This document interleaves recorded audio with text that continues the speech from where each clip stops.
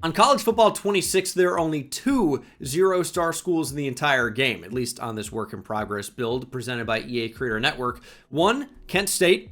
I did an entire Dynasty series with them last year on CFB 25, but only one of those teams is rated below a 64 overall. It's the Akron Zips. The A doesn't stand for aura, I'll tell you that. You kids are throwing that term around. I know I'm UNC status now or whatever, but I'm okay. I don't even know what any of that stuff means, but Akron's a 61. For people my age and older, they just stink and there's nothing cool about them. And I know there are a lot of younger viewers out there. No aura, L team ratio. And in addition to making sure you're subscribed over here on YouTube, I do stream a lot of these types of videos live over on my twitch.tv/Bengal. The link, as always, is in the description. If you're interested in a more drawn-out series that, yes, will be later uploaded to YouTube, but if you want to watch it live and have impact on the series and be in the chat, make sure to click the link in the description. Head over to twitch.tv/Bengal. And I can only think of one man for the job to turn this team from zero to hero. Yes, it's legendary football head coach, Gene Dangus. Dude, I have to go back into coach contracts. Oh my goodness. The last time Akron won more than 4 games in a year was 2017. And most years, they don't even win 3. Oh my goodness. Last year, they overachieved big time. They won as many games as they did from 2022 to 2023 combined. And they still went super below 500. This is a disaster. Do we have anyone on the team we can get excited about? There's one player that's rated even in the 80s. There are 4 players outside of him that are even rated above a 75. And they're all redshirt juniors for the most part, it would appear. This team is both old and terrible. No disrespect to anybody at Akron watching, but man, you know, this team is really not great. Do we have any 5 stars that we're allowed to go after? This guy could be good. I might be able to bring in a 5-star. Don't put it past me. It's a possibility. We do have 3-star pipeline to Ohio. Just the problem is this Looney Tune won't even consider us because we have D+ pro potential. Yeah, if you pick Kent State or Akron, you're probably not going pro. But I'm guessing there should be some pretty good players from the state of Ohio that we can bring in. So that might be my strategy here in year 1. I think just recruiting, you know, almost exclusively with our pipelines could come in handy. But unfortunately right now, we blow. Seems like every player on this team is just a thorn in my side. Oh, okay. I'm actually done. I think I've hooked you guys enough for the video. And now we're ready to get after it. So recruiting is not going well, by the way.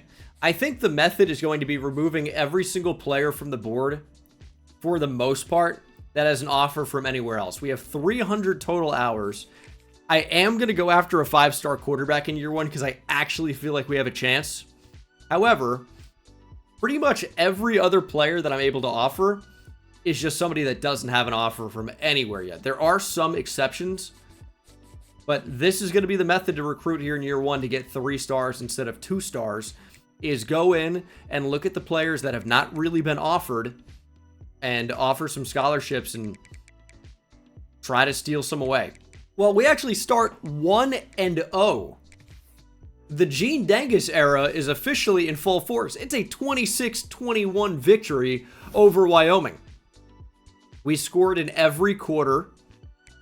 Ben Finley lit it up at quarterback, thrown for 373, 2 touchdowns, was only intercepted 1 time. Didn't really have much of a rushing attack, but Tim Greer balled out. Defensively, they were out there. 4 pass deflections for Amon Greenwood. The Gene Dangus era is officially underway, and it's don't worry about what happens against Nebraska. But we are into the top 3 on Play Silvestro. Most really would not give us a chance, but I think we're going to actually be able to get into the mix on a number of 4-star and 5-star prospects over the next 2 years.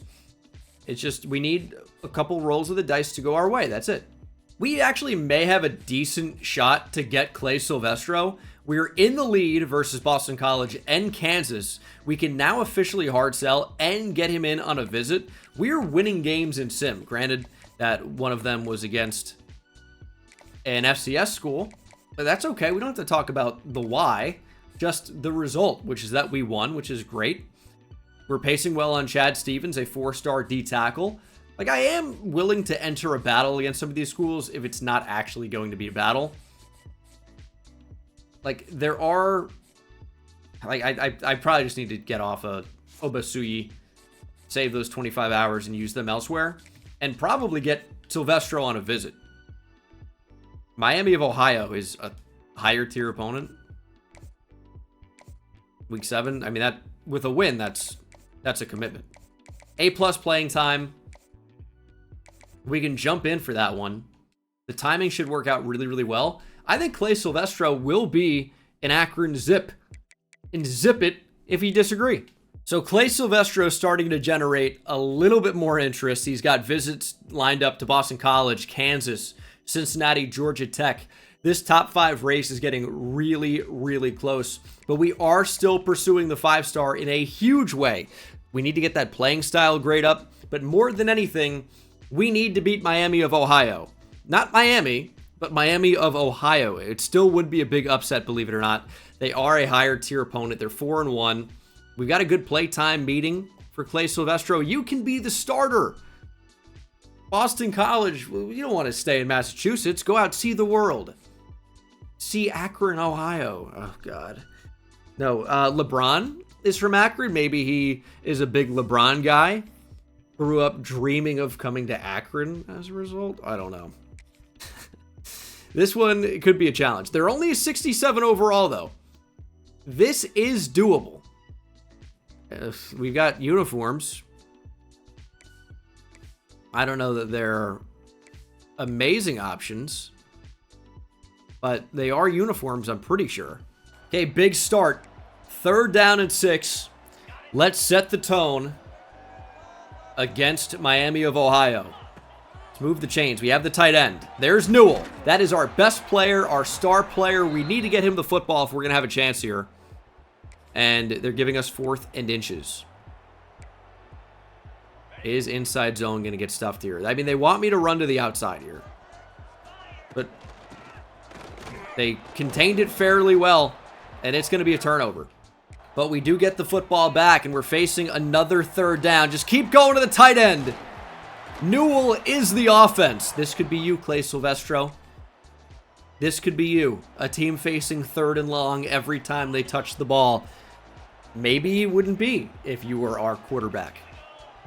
You could be the next superstar at Akron, which also happens to be the first superstar at Akron. And you know what? I like the aggressiveness. Let's go for it. Let's move the chains. They're pressing, though. I think Jake Newell just needs like 15 catches today, and we might have a chance. Ooh, that's one of the worst looking jukes I've ever seen. But we get carried forward for the 1st down. The offense is cooking a little bit. And we just need to try and dink and dunk and, you know, take what's there. Here comes the orbit motion from the slot. A little check down to him. Yeah, that's 4 yards. It's not bad. High point. End zone. Get your feet down, Paul. Come on. Oh, that's a touchdown. The high point maybe is the reason why it wasn't, but I also feel like that's the reason why the DB couldn't get over there to make a play. And we're all over that. No points in the entire first half for either team is certainly interesting, if nothing else. I think we just have to take 3. I mean, it was a weird first half. We have a lefty kicker. It's been an interesting game, no question. We are on Heisman, so maybe that's why it's been a little bit more troublesome to move the ball. I don't know. That's crazy. I mean, what are we supposed to do against that? He pretends to scramble, then actually throws. It's the constant battle of where do you actually go with the football when you know that your receivers can't really get open and you know your quarterback can't really make much happen. I need Newell to get a block there. I know Finley's not the fastest quarterback on the planet, but I think that could have been a much more successful play. We absolutely need to move the chains here. 45 seconds to play. We got the max protect. We're going to have to fight for 4th down. We're going to run. We've got it. That's all we needed. Just live to die another day. 35 seconds on the clock. Newell's open. He's wide open. It's Newell. Down the sideline, please. Stiff arming inside the 5. Huge play for the offense. Just what we needed. But will we be able to find the end zone? No timeouts. We need 4 yards. This is still not an easy spot. And we're going to be dragged down from behind. We're going to have to go hurry up here. I wanted just like straight inside zone. It was not really an option. 2nd and goal. Running back. Open in the flat. Hit him late. We got only a couple. 12 seconds. I mean, it's got to be Newell here, right? To the corner. Touchdown, Newell! Do we play for the win here? I really don't trust the team to execute. We're not going to get a huge penalty for losing if we lose. It's going to be a close loss, or we can win it right here. We're going up the gut here. There's nobody. Please block. Up the middle, Williams goes in untouched. We take the lead 11-10. 9 seconds to play. That should be it. Marquise Williams could be the 2-point conversion hero if we can hold on for just 11 seconds. Everybody get back. I should have done custom depth for my safeties. It's just a Hail Mary.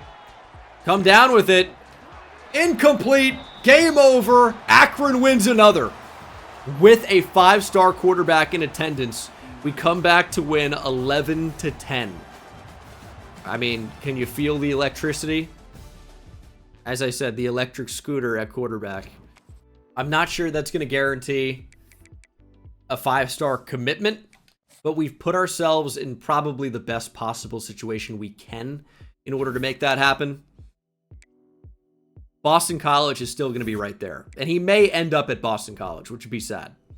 Like, best case scenario, I suppose, would have been a blowout victory, but it just wasn't in the cards. We simply are not good enough. We're not good enough. And I could see Kansas even coming back here and making a play. It was a good visit, but... oh, same tier opponent? Not really, though, because we went in as the underdog. They were higher tier. And this recruitment is over for us. I mean, we're 6-2 right now. That is above every possible expectation. Boston College is making that comeback. I think best case scenario now is we play for a recruiting battle, but Kansas could still be in pretty good shape to jump ahead. Tennessee is really in a good spot for Chad Stevens. Eric Tavares is going to be headed to Wisconsin.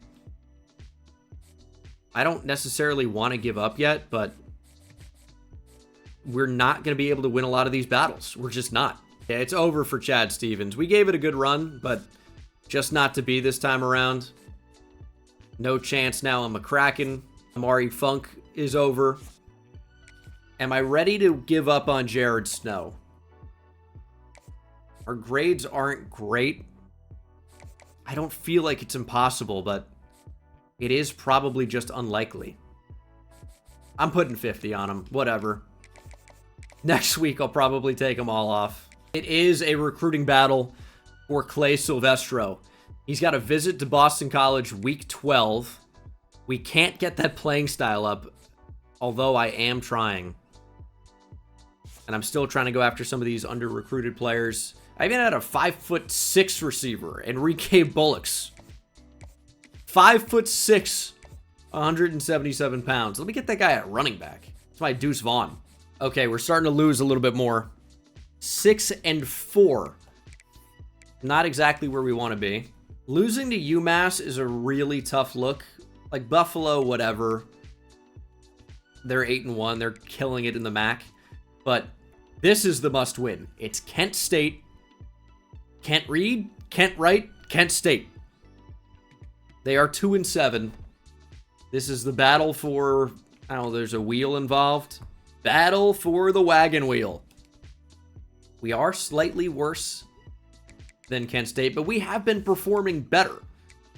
So I'm just going to trust the process, and hopefully we have 7 wins and not 5 losses, as Clay Silvestro has picked Boston College. That is a devastating loss. We did win the battle for the wagon wheel, but 5-star quarterback Clay Silvestro is headed to BC.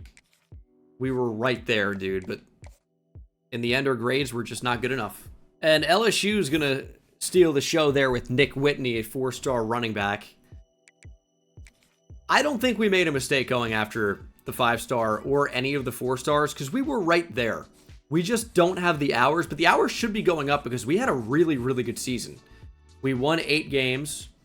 The 5'6" guy is going to go back to Hobbit Land or wherever, the Shire. I recently saw Lord of the Rings. I don't want to say anything too inflammatory, but wasn't for me. Nick Whitney going to head to LSU. Jared Snow probably not going to be an Akron Zip. So I'm looking here at our coaches. James Ward is a master motivator.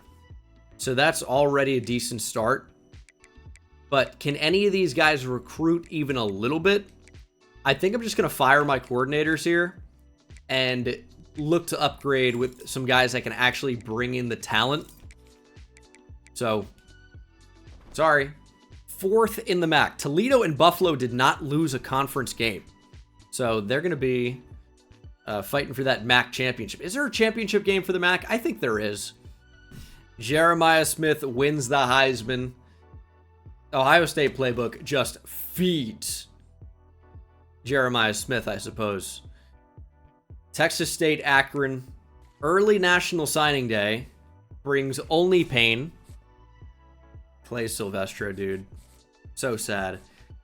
We're going to need to do a lot of work in the offseason, because currently we have 0 commits. But we are on the verge of a few, like a lot. Ooh. Steege Wheeler has talent developer and recruiter. I'm going to look around for elite recruiter, but that might end up being the guy. I need somebody that can actually recruit. Okay, we lose to Texas State. We still need to focus on hiring better coordinators. So we made the mistake of not hiring a recruiter or anybody week 1. Because last year, the coordinators would get better over time. Week 3 was like the week to sign these guys. Well, this is worse. Okay, maybe it was just bugged because I backed out and went back in, and now there are better coordinators. But I need somebody with recruiter. Well, we got Kendall Briles to be our new OC. That's a big-time upgrade. And our new defensive coordinator, will it be the guy that I offered?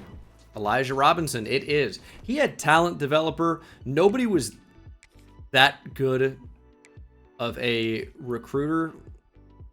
It just kind of is what it is. But strategist, tactician, I thought this was kind of like a nice combo from Kendall Briles. And then Elijah Robinson, motivator, talent developer, recruiter at least a little bit. Miami beats Texas in the national championship. Our season stats, it'd be looking a lot nicer if we had a 5-star QB coming in. Ben Finley was really awful. We need a better QB. We also didn't have much of a rushing attack.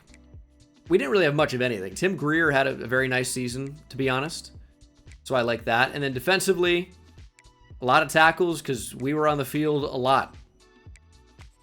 Weren't really pressuring the QB, but we were just out there having a good time. Now, I really can't be too negative because I think we really overperformed expectations. You got to remember, this is simulation mostly.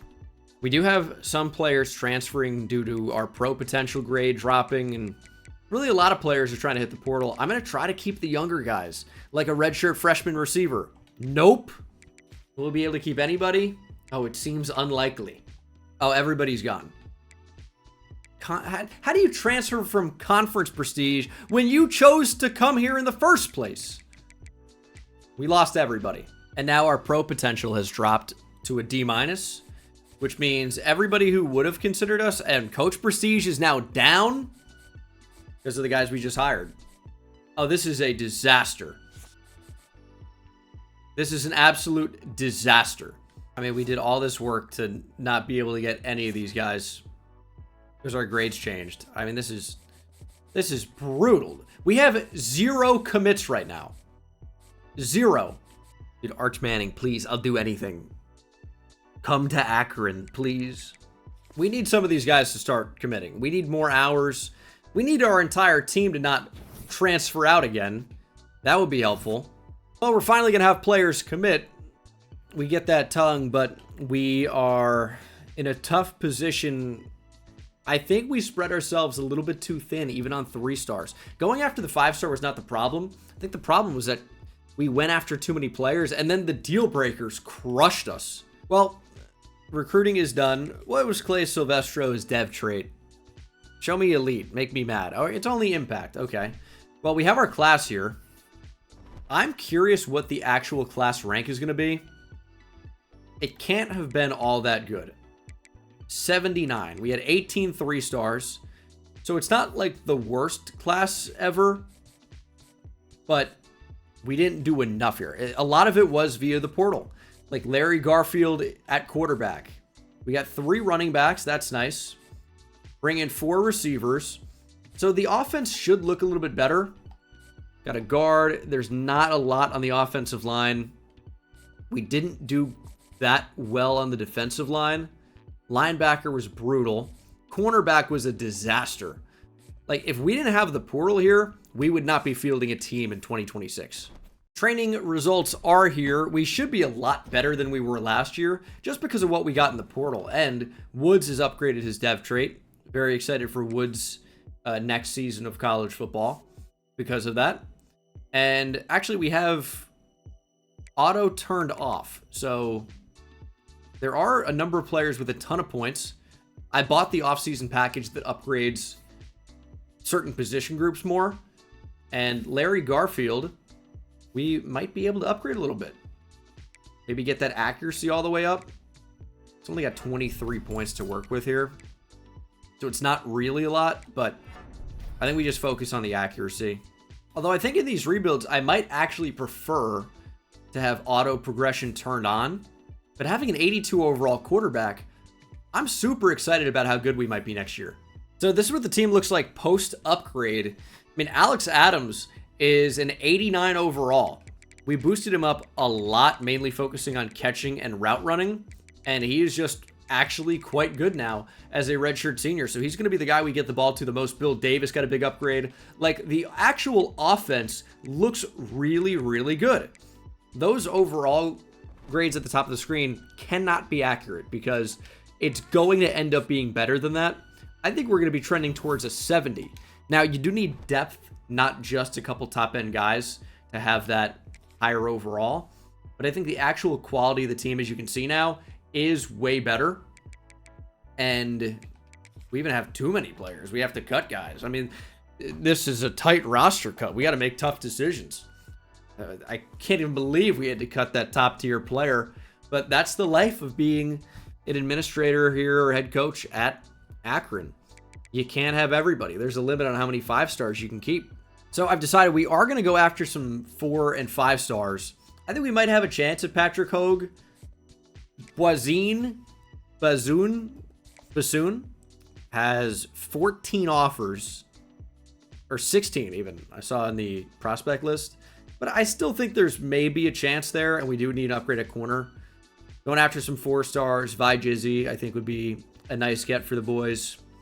And I am just going to leave it not at 35 total targets. And we're just going to try to get the players on our board and put more hours on fewer players. But the overall of the team is better this year. We have a much better quarterback. We have a much better wide receiver 1. So I'm thinking that this is going to be even more successful than we were last year. That's the expectation. We'll obviously see what ends up happening. But I'm feeling like pretty good about it. Ooh, we do have the MAC Offensive Player of the Week, Cameron Montero, with a very nice performance. Is he my slot receiver? I feel like he's not, because we have an 89 overall in Alex Adams. But, I mean, Montero dominating from the slot, I think, could also be quite good. He's only a redshirt sophomore. Dude, 98 short route running for Alex Adams, though. Now, our championship contender is up to a B-. The problem is the recruiting is not reflecting that. Vijizzi picks Ohio State. Kareem Jackson picks Toledo. We have been right there for some of these players, and we are 5-2, as is Toledo. But we're going to lose out to an Ohio State right now. Sua Singh will end up at Akron. No question about that. But we have fallen off the map on Patrick Hogue. That was always going to be a really, really tough one. And I guess I'll leave the points on for one more week. But he's not going to end up picking Akron. We took the 5-star corner off long ago. He was never coming to Akron. Like, it's a possibility to get 5 stars here. Like, even early on. You just need a couple of things to go your way. And unfortunately, right now, they have not gone our way. So, that is what it is. But we're going to keep battling. This class is going to get a lot more full early on compared to last year. It's just we're still not quite there yet. We do land a commit, though. 4-star center Calvin Bynum picks the Zips. That's a huge get. That's a top 250 player in the nation. We actually win, by the way. I guess it's Toledo. I shouldn't be that surprised. We improved to 6-2 and 4-0 in the conference. CJ Rowland is on his way next. So we are, I think, all but guaranteed multiple 4 stars in this class. Patrick Hogue actually had a really nice visit, but we don't have the grades to hard sell him, which means it's just not going to happen. So I could leave the points on and see what happens, but it's not going to be good. I'll tell you that. We just keep on winning. 8 catches for 147 and 2 touchdowns for Alex Adams. That is our guy. 7-2 overall is fantastic. We have not lost a game in the conference. We are completely out on Hogue. It's officially, it's been officially time to pull the plug, but I was trying to hold on, trying to hope we do get another 3-star to commit. So again, recruiting's going a lot better. It could have been even better than this. 3-star center Jason Carden joins, but I am expecting another 4-star. There's a 3-star corner. There's a 3-star edge. The recruits are flowing right now, getting so many commits. We're up to B+ championship contender. I mean, you can see I'm not forcing wins or anything. It's just we play in the MAC. And we are on a tremendous win streak. 42-7 over UMass. And then it's against Northern Illinois for all the marbles. We're going to be playing in the MAC championship. We're ranked in the top 25 here in year 2. Why is Roland playing hard to get? Just commit, buddy. Let's go. Now, we may have lost against NIU in the final regular season game of the season. That's redundant. But we still are playing in the MAC championship. CJ Rowland is very close to committing.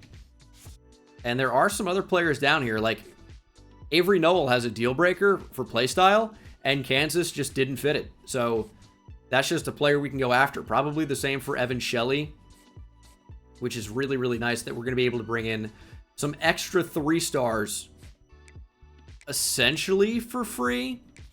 Not like completely, but we're in a really nice position to add some of these players to our board. And we should absolutely be increasing our hours next year because we're way better. I mean, we were top 25, 23 in the nation. That, of course, has changed because we lost to Northern Illinois to drop to 9-3. 10-2 would have been so nice, but was not to be. 4-star running back CJ Rowland is to be, though. Joining him is Earl Hurd. I heard he just committed to Akron. When will I ever stop making those jokes? Probably never. It's easy material. No one said it was great. Ohio, the Bobcats, 9-3. Okay. Well, what is our class overall? Got to be the top class in the MAC. It's not, because we only have 8. Toledo has 19, but 2 4-stars, 6 3-stars. I don't know if there are any more 4-stars on the board that we have a chance to get, but we definitely can add more 3-stars for sure. And that's going to be, you know, where we make our money with the 3 stars. Ohio, behind my face cam, is a 64 overall. This is a game we should be winning. We go in with identical records, both overall and in conference, both 7-1. So I've looked into the mascot. It is a kangaroo. We see a lot of those in Akron, Ohio. Maybe they have one at the zoo. There's really no way to know. But we are playing for it all. To win the MAC in year 2, this is a team that I don't think has won 9 games combined over the past 5 years. And here they are in just year 2 of the Dynasty, trying to win double-digit games. And that's going to be a real possibility because we have this championship, of course, and then we're going to have a bowl game. We are bowl eligible. We won 9 games, and we're maybe not going to win 10 here. This Ohio team looks tough. And they got in the end zone, and they're looking to do it again, actually. Okay. Moment's kind of hurting me there, and they could very well just run this straight through the B gap, or the C gap even. It could be wide open. It's actually read option. And could have been a touchdown, but we're able to contain it. They're going gun empty. Oh, that's a sick route. They're doing that at the goal line, man. Okay. First look at Garfield at quarterback comes in a really important game. When he's decisive. Good block. Got to find Alex Adams. That's who needs to get the football. We've got to get on the board here. We need points in a big way. Adams should be a monster in the slot. Oh, is that intercepted? Oh, it's going to be a pick 6. I don't really know how that happened. We're getting housed. Ohio up 21-0 is calling timeouts after they forced a 4th and 2. I mean, they are absolutely playing for it all. We've got to go to Adams. He makes the catch. If we can get points before the half, we still lose. Oh, do we have a step, though? We got to launch it up. It's intercepted. I don't know what to do. The O-line gives me basically no time, and we try to take a shot. We have points somehow. We have more points somehow. Oh, my goodness. This is suddenly not over. We are driving. We've got the football. 4th quarter. Let's win a championship. Bill Davis has 8 rushes for 22 yards. His game is almost as boring as his name. Maybe a screen if they decide to blitz here on 3rd down could be really good. It's not really a spot where you want to play for 3, though, but we might not have a ton of options. Okay, there was no blocking going on there. Thrown 3 interceptions with Larry Garfield. Okay, not his best game. But getting points here would be nice. I know it's late to settle for 3, but our defense has really stepped up, and we're going to need them to step up even more. Do we run commit on 1st down? I think we're gonna. We need to stop. Bring the safety up. Oh, it's play action. Oh, that's really not good. I will say, up late in the 4th quarter with the football, and they decide to pass on 1st down.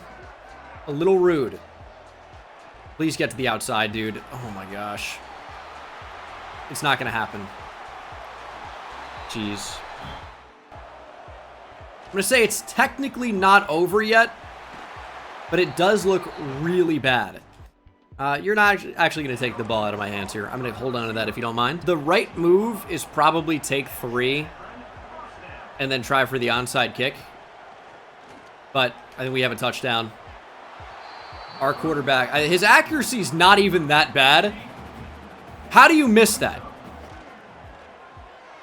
Up the seam. All right, touchdown. We're going to find Newell. We probably need to go for 2 here. That's not my favorite because I don't trust this team. But that makes it so an onside kick, we only need 3. We get like a little all right, that'll work. We have the tight end. Nice catch. 12 seconds. We have 3 timeouts. The game is actually not over. We do need the onside to have a chance. We have 3 timeouts, so I guess not technically, but it would really help a lot. 4th and 17, 2 seconds to play. Ohio is going for it. And we did not make the tackle quickly enough. We got to go for the ball. The tackle means nothing. Don't celebrate. We just lost the MAC championship. Ohio with the win. Is that Brett Bielema? We just weren't ready for it in year 2. Brian Williams is the Heisman winner. That's a lot of catches and not a ton of yards for those catches. We'll play San Diego State in the Arizona Bowl game. I would like to win. Early national signing day is here. And Hogue has still not made a decision. You know, we're still in about the same spot for a lot of these guys. Can't do really any recruiting right now. Just gotta have to, you know, try and stay the course. And some of these are looking a lot better than others. But right now, we surely have one of the top classes, if not the top class in the MAC, or at least trending for easily the top class. So we're just going to stay the course. There will be more 3-stars, maybe even a 4-star grab in the portal. Feels like an option. We should be building coach prestige as well as coach stability as we keep the staff together for another year. So I really like the direction that we're headed in, but obviously this was not going to be a national championship threat of a team in year 2. 10-4, couldn't win the MAC, got so close, but just didn't open well enough against Ohio. I mean, I don't know why they're so good, but we couldn't beat them. We can beat San Diego State though, and that's nice. We got double-digit wins. Nice game for Cameron Montero. And we head to the offseason feeling pretty good about where we are. And I think what we're going to do mostly with these coach abilities is continue to focus on these off-season upgrades and just get an off-season training boost for the most important positions. And that's going to be offensive and defensive lines. Receiver, I think, is going to be really important with how much we throw the football. And then can't quite afford anything else, but I think we're going to start to focus on other aspects here in the very near future. We're only coach level 15, and Motivator's in a really, really good spot. Battle Los Angeles. UCLA defeats USC in the national championship. We are ranked number 24 in the final poll. And I mean, I'd like to think our overall gets a lot better here in the near future. We need to keep our top talent, though. Bill Davis, looking ahead to the draft. Oh, he could be a 7th round pick. You gotta go. Oh, dude, I totally get it. Totally get it. Alex Adams graduates. I mean, can we get Bill Davis back? Nope. Can we bring back anybody? No, you're gonna start. The freshman leaving is not great. Okay, we're able to keep somebody. Okay. This could have been worse, but we do end up losing a lot. So that's, you know, not great. How about another 3-star commit, though? We'll take that. Just need to hit the portal hard.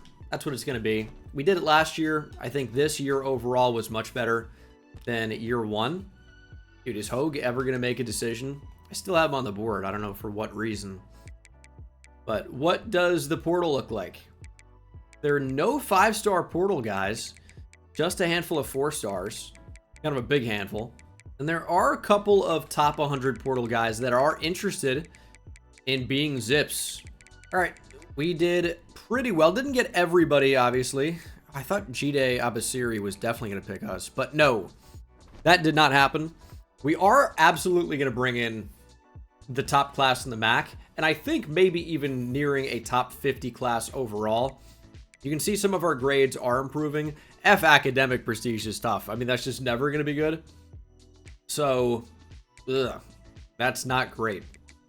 But in terms of top classes, we've got, let's see, the number 40 class. So that is top 50 in the nation, 3 4-stars and 27 3-stars.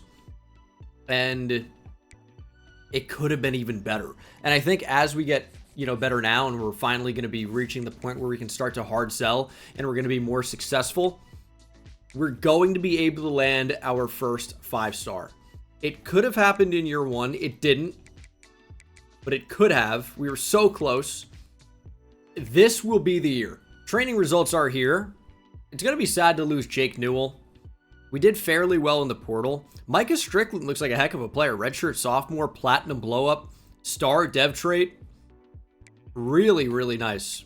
It's a shame we don't have a better quarterback right now. Got Malik Clark in the portal. He's got gold takeoff. Really good speed. That's got to be our new wide receiver 1. But for the most part, I don't really feel like the team took a big step up.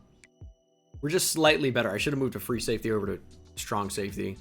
Okay, so I was looking at these quarterbacks, kind of disappointed about like how bad the class was for our needs. And check this out. Steve Soriano wants to be an Akron Zip. He's not top 1,000. This is the best quarterback prospect I have ever seen on CFP 26. Small sample, but by far. 94 throw power, 86 speed, 85 acceleration, and look at the accuracy. 86 short and deep accuracy, 83 medium. Steve Soriano is unreal. That is our quarterback of the future. I will do whatever it takes to get him to commit to Akron. Okay, Jay Rabe, I should have stopped scouting quarterbacks, but this is another one. The 3-star dual threats, maybe as long as their athletes, are quite good.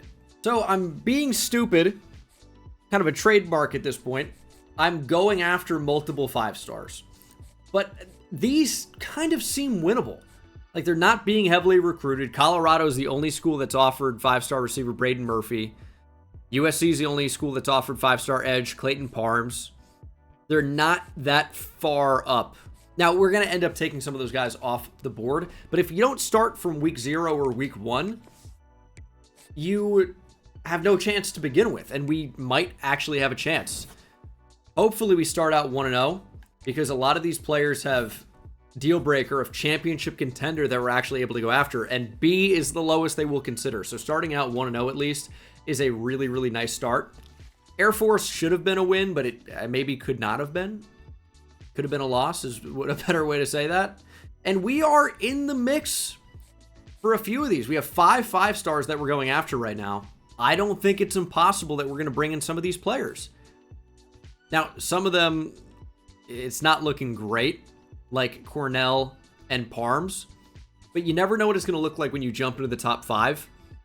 So if we just stay the course, we actually will have a chance. If we can just somehow arrange it so they both visit simultaneously, or like I say both of them, like a few of them together maybe, or if we get, complimentary visits going, we are going to be in a position to land some of those guys.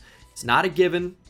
It's, again, maybe unlikely, but at this point, I think let's take the chance to get some 5 stars, and they could completely change the program. I think we have a bigger chance to land the 5 stars than some of these 4 stars. We're still guaranteed to be able to get 3 stars. So let's take the chance. That's what I'm saying. I'm fooling myself into believing it's a possibility. It doesn't look that bad for these 5 stars. It doesn't look that bad. Georgia Tech pulled their offer. That means Florida might make quite the push, but it really doesn't look that bad. If we can go on a win streak here, starting 3-0 would be great. If we can get that championship contender grade up to like a B+, and then we can start to hard sell with some other things that are hopefully pretty good. Oh, this one's over. 3-0. Championship contender, unfortunately, has not changed. We're about to be 4-0. There's a 0% chance we lose to FCS East. And some of these are really going to be battles. But I'm telling you, it's not impossible. You need to take the chance. Otherwise, you're never going to get these players. But I know it's not likely. But if we can even just get one, that would be amazing. We are 5-0. Haven't played anyone particularly tough outside of Rutgers, but we are just winning. And play style, suddenly a deal breaker for Braden Murphy. We have B-. We need B. I think There is a chance we can get him. I took points off. Oh, that's brutal. He's on campus week 6. We need to air it out. We are so close to getting some of these players. So close. The sell's not going to be good enough for Clayton Parms. If we can get him on a week 9 and beat Ohio, we are going to be in business. He likes what? Championship contender. So the visits, we have it lined up. We're number 1 on Manny Cornell before his top 5. Dorian Eddy looks pretty good. Week 6 on campus. It's going to be really tight with Louisville, but that one doesn't look too bad. Josh Parkey on campus week 6. Just can't quite hard sell him. Jay Rabe is on campus. He's really good. I do want to bring him in for sure. So, I mean, we are right there. It's so tight for some of these top recruits, but I feel like we're going to get at least a couple of them. I think we get, I'm going to say 2 5-stars minimum right now. That's my prediction. We'll see if that comes to fruition. Okay, well, I think we may have won. We are 6-0, top 20 in the nation. Dorian Eddy's number 1. That one looks great. Parkey looks great. Cornell's a bit tougher, but if we can time up a visit correctly, we may be able to get him. So I think it was worth it to go after these 5 stars. Again, I think we are guaranteed to get probably 2. I can't give up on Cornell yet. He likes championship contender and coach prestige as well as playing time. So I think that's going to end up being the sell. Hopefully it's those 3. If we can get a week 9 against Ohio, it's worth the time for me. It's worth it. I'm not giving up on Manny Cornell just yet. He's the number 1 corner in the nation. Number 3 player. I can't give up. It's too close. Ooh, Clayton Parms. That one is tight. We're back in for Braden Murphy. He had a good visit. We were right there with Colorado. If we had hours on him, man, it sucks that he locked us out briefly, because that could have been the huge bump that we needed. All right, we got our first commit. It's Dorian Eddy. The 5-star edge from Big Rapids, Michigan is our first 5-star. What a get for the program. It's going to be really, really tough to get Eddy from Colorado. We are 7-0 though, so it's not impossible. Georgia's pulling away with Cornell. This one is probably over. That is brutal. There is another 5-star committed. That's the number 2, Josh Parkey from Columbus, Georgia. Okay. Nate Vanover picks NC State. All right. Don't remember him. But we have a chance here in week 9. We have visitors on campus. Ohio is 5-2, but they are beatable. Well, sadness in Akron, but the fans are used to it. We actually lose. We go 7-1. Cornell picks Georgia. Murphy picks Colorado.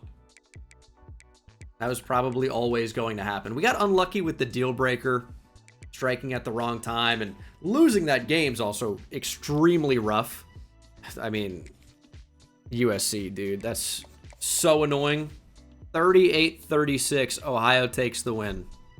You're kidding me. We improved to 9-1.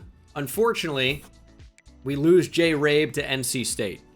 Losing week 9 lost us Jay Rabe, who looked really good. So that sucks, obviously. We were right there. All we needed to do was not lose our first game of the year. What a game for Brandon Hills, by the way. All we needed to do was not lose to Ohio. It's tough to win these in-state matchups, I guess. If we crush Western Michigan, things could go well for us. There's Terrell Henley, 3-star D-tackle. And we had Cullen Qualls on campus. We extended our lead over Louisville, who is really closing the distance super, super quickly. We are 11-1. And we should be back in the MAC championship, as Larry Garfield has set the Akron single-season passing touchdowns record What a player. And it's a rematch against Ohio in the MAC championship. Well, that is going to be a challenge. Do we have any hours here? We still have 50 hours. I still can't believe how some of these went. But, I mean, we had a decent visit with J.D. Owen. Probably not going to get him over Clemson, but I'm choosing to believe that there's a chance. Great visit with Barry Jasmine, who's a casual top 100 linebacker. Things could be a lot worse right now. I'm feeling pretty good about the class. MAC championship, Akron versus Ohio. Ohio's been the bane of our existence so far. They beat us in the MAC championship last year. They are our one loss this year, right? So, Ohio's an annoying opponent. We are so significantly... Bang! That's how Coach Dangus catches you by surprise. Ohio's not ready for it. Let's go. Who wants to be a hero? You can win a MAC championship. Get the ball out. We're not losing this game. No chance. QB Blast. This is my play. QB Blast is unreal this year. We're not taking a hit. We're playing to win a MAC championship. And we are what? Number 18 in the nation right now? Is there any chance we could potentially make the college football playoff? I don't think so. Oh, look at that timing. Beautiful. The other group of 5 teams would have to be really, really, really bad overall. And then I guess maybe there is a chance we could play in the college football playoff here in year 3. But I feel like it's pretty unlikely. We high point that. It's a great throw. That's a touchdown. Look at the timing, the anticipation from Garfield. We know this game is not being played on Monday. Let's get Garfield his lasagna. More QB Blast time. This is the play. QB Blast into the end zone. Garfield lowering the shoulder. Doesn't get the push. That's okay because I have an idea. What about this funny little play called QB Blast? 11-1 Akron. Trying to win their first MAC championship. And Garfield's going to help us do that. It's 14-0 Zips. All right. Ohio on the board. And I've got an ace up my sleeve. It's called QB Blast. Yeah, that's 4 yards a clip, baby. How are you going to stop that?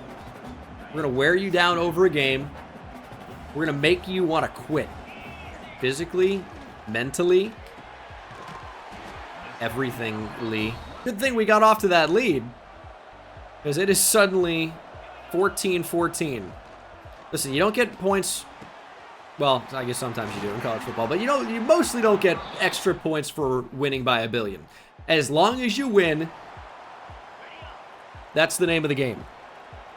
We're going to have a bowl upgrade. We're not playing the CFP in year 3. We're just not good enough. But we're going to have a bowl upgrade. That's nice. And we are going to be MAC champions. I'm going to speak it into existence. This team does not lose big games. Trust me. We don't actually have any frame of reference to confirm that, but we also don't have a frame of reference to deny that, considering Akron doesn't play in big games. So, kind of like Schrodinger's cat. Akron is both great and terrible in big games. There's really no way to know. Garfield touchdown. What an animal. Come on, defense. 4th quarter. 3rd and 10. This is where we come alive. We have 2 pass rushers named Woods. If that's not good, I don't know what is. Oh, well, not that coverage. That's for sure. 3rd and 5. Make a play. Mack is on the line. It's read option. Big hit, no fumble. 4th and 4. Ohio, no choice but to go for it. They do have 3 timeouts, though. Quarterback looking to take off. We're looking to bring him down. We don't have the speed.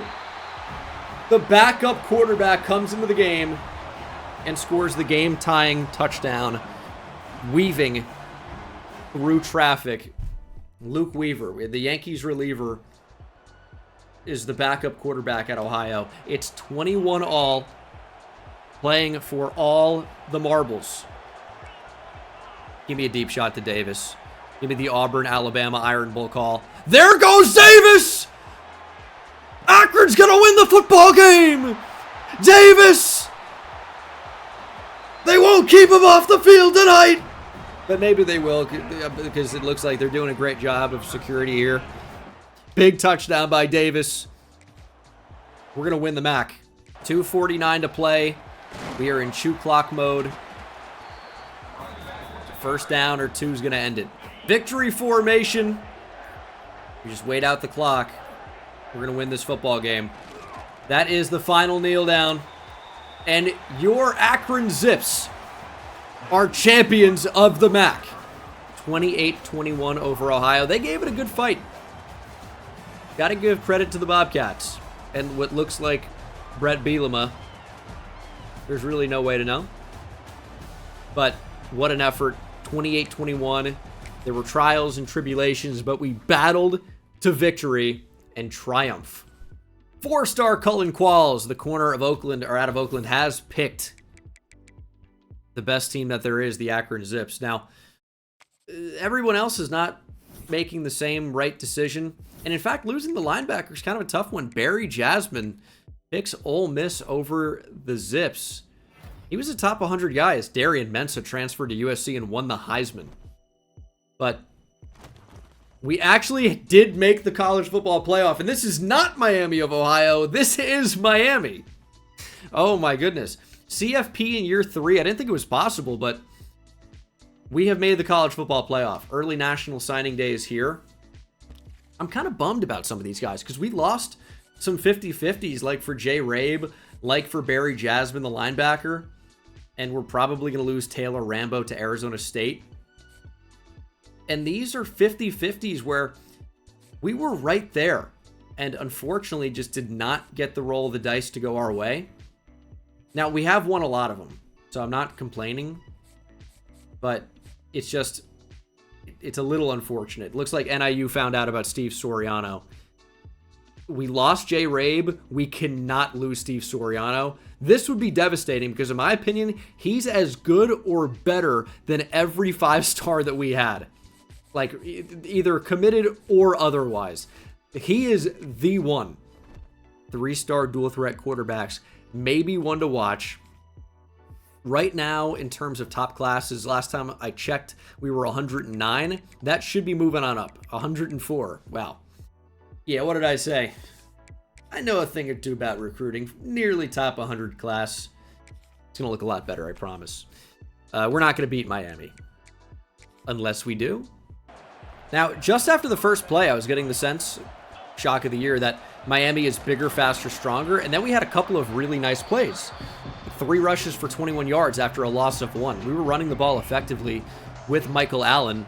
But, of course, as soon as I start talking, it goes downhill. And that would have been a much better play had I known the button. Miami's got a home field advantage, and I just didn't know which button to press there for the slot. You're not telling me the stadium's so loud that the slot receiver on the left cannot hear the call. Get it to the back. We knew that was RB. Sometimes it's RB, sometimes it's Y. I still don't like that in football games the running back button changes from RB to Y. Obviously, it depends on, which receivers are on the field, but I wish it was just the running back's always RB. That would be ideal. But we're actually driving. I thought we'd see probably a 3 and out. Miami would score instantly when they touch the football, and that may end up happening when we jump on a defense. But we are moving the ball right now on a very good Hurricane defense. Obviously nothing like their early 2000s team. But they've got some players. Saw Ruben Bain out there. He could end up being one of the top players in the 2026 NFL Draft. Has some things to clean up, but has some big-time potential as Allen cannot find the hole. Oh, that's wide open. Absolutely wide open. Hills down inside the 5. Give me QB Blast for a touchdown. What's nice about QB Blast is they typically don't bring a lot on the line of scrimmage because we have 5 wide. And you can find mismatches as Garfield breaks a tackle and gets into the end zone. We actually are ahead of Miami. I can't believe it. 3rd down and 6. This would be a huge stop. If we can get a stop and a score, dare I say we would upset the Miami Hurricanes. That's good defense. Hopefully that forces the field goal attempt.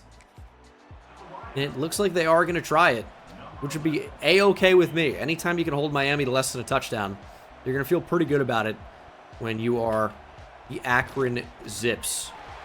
7-3. Okay, it's 7-6, and we don't have the ball. A lot has happened, and none of it good. Miami going to go for it on 4th and 3, opting not to take the lead, which is basically free. Read option, there's a shed, but we just don't have the speed. That's the biggest difference between us and a team like Miami right now. They just have better athletes, and that's pretty tough to contend with. It is 14-13, though. We take the lead. As we approach the 4th quarter, it is still close as anything, and we actually take the lead on a this is Matthew, clearly. A Matthew Schramm field goal. They've punted the ball. We have possession. Oh, my goodness. 2:41 to play. Miami's in the process of calling timeouts. We have the lead in the 4th quarter. QB blast. Just go down. Just go down. Just go down. Miami calls their penultimate timeout. Just 1 remaining. And we might QB blast all the way home. What an upset this would be. I mean, we're used to beating Miami of Ohio. We are not used to beating Miami, the U. Although they're really, lately they've been used to losing a lot of games they should probably be winning. QB blast all the way to the finish line. That is the 2-minute timeout. We are 2 minutes away from a shocking quarterfinal upset victory over Miami. And I'm taking a page out of Mario Cristobal's book here. Not kneeling the ball when you have the win lined up. And that's basically what we have lined up. Up the middle, Allen, just go down. That's the ball game. Victory formation. We have upset the top 5 ranked Miami Hurricanes. Are you kidding me? Year 3. Heisman difficulty. The Hurricanes are going home. The Zips of all teams are moving on. What an effort. CFP game winners here in year 3. I really can't believe that. That's an incredible, incredible run. We're going to jump in to a semi-final. I didn't think we'd even be in the CFP, let alone getting ready to take on, number 4 Arkansas. They're 12-1. They kind of, in my head, feel beatable, but they went 12-1 in the SEC. Texas went undefeated. They'll play Boston College, so maybe that quarterback made the right decision. Utah, Clemson, Ohio State, USC at the bottom of the bracket. Out of everyone that I'd want to play here, I would probably rank the bottom 3 of most wanting to play. The worst 3 teams, Boston College, Arkansas, and Utah. So we got a decent draw here. Arkansas is an SEC team, though. You never really know. They were dominant, but they're at 84 overall. That feels beatable. We're playing for a lot here. New head coach for Arkansas. It does not look like Sam Pittman. Maybe he's not licensed into the game. 5 minutes on the clock. Let's go. Let's start off hot against Arkansas. Nope. They're up 7 now. 14-0. 17-0. 24-0. We can get on the board here. Comeback is on. 24-8. 4th quarter. 27-8. Well, we had a great season. It's over now. Players leaving. Hopefully not many freshmen that we just brought in. So a lot of these guys are trying to transfer out already, but we actually have a decent chance to retain some of them. I might just work the top of this list. Ooh, we got a very low to stay, and that's good on the offensive line as well. But quarterback, we're good at. Keeping Toby Tongue is good. And then I'm probably just going to try the freshman. I mean, we have a medium chance, and it's actually going really, really well. 2 left. Players leaving is it's kind of tough. But I think this went pretty well for the most part. Like, you're not going to keep everybody, but medium chance, looks like you've got a pretty good chance to keep those guys. We have more 4 stars on the way. Brand exposure is still not in a very good spot. Even though we played in a college football playoff game, it's just not good enough. But how can we do in the portal? We're going to end up signing a top class. Hopefully we're able to go after some actual good players. And there is a 4-star top 10 transfer that wants to maybe go to Kennesaw State. What? All right. Well, that'd be a really nice receiver to add, even if he's a little stupid. That's okay. Miles Davis would be a great one to add. Hall of Fame name. It has finally happened. Steve Soriano, the Irishman from Dublin, has committed to the, what team am I? The Akron Zips. Top 15. We're going to end up with a top class. I don't know if it's going to be top 10, but it's going to be top 25 probably. Top 25 is still good. National Signing Day is here, and it's going to end up being a pretty good class.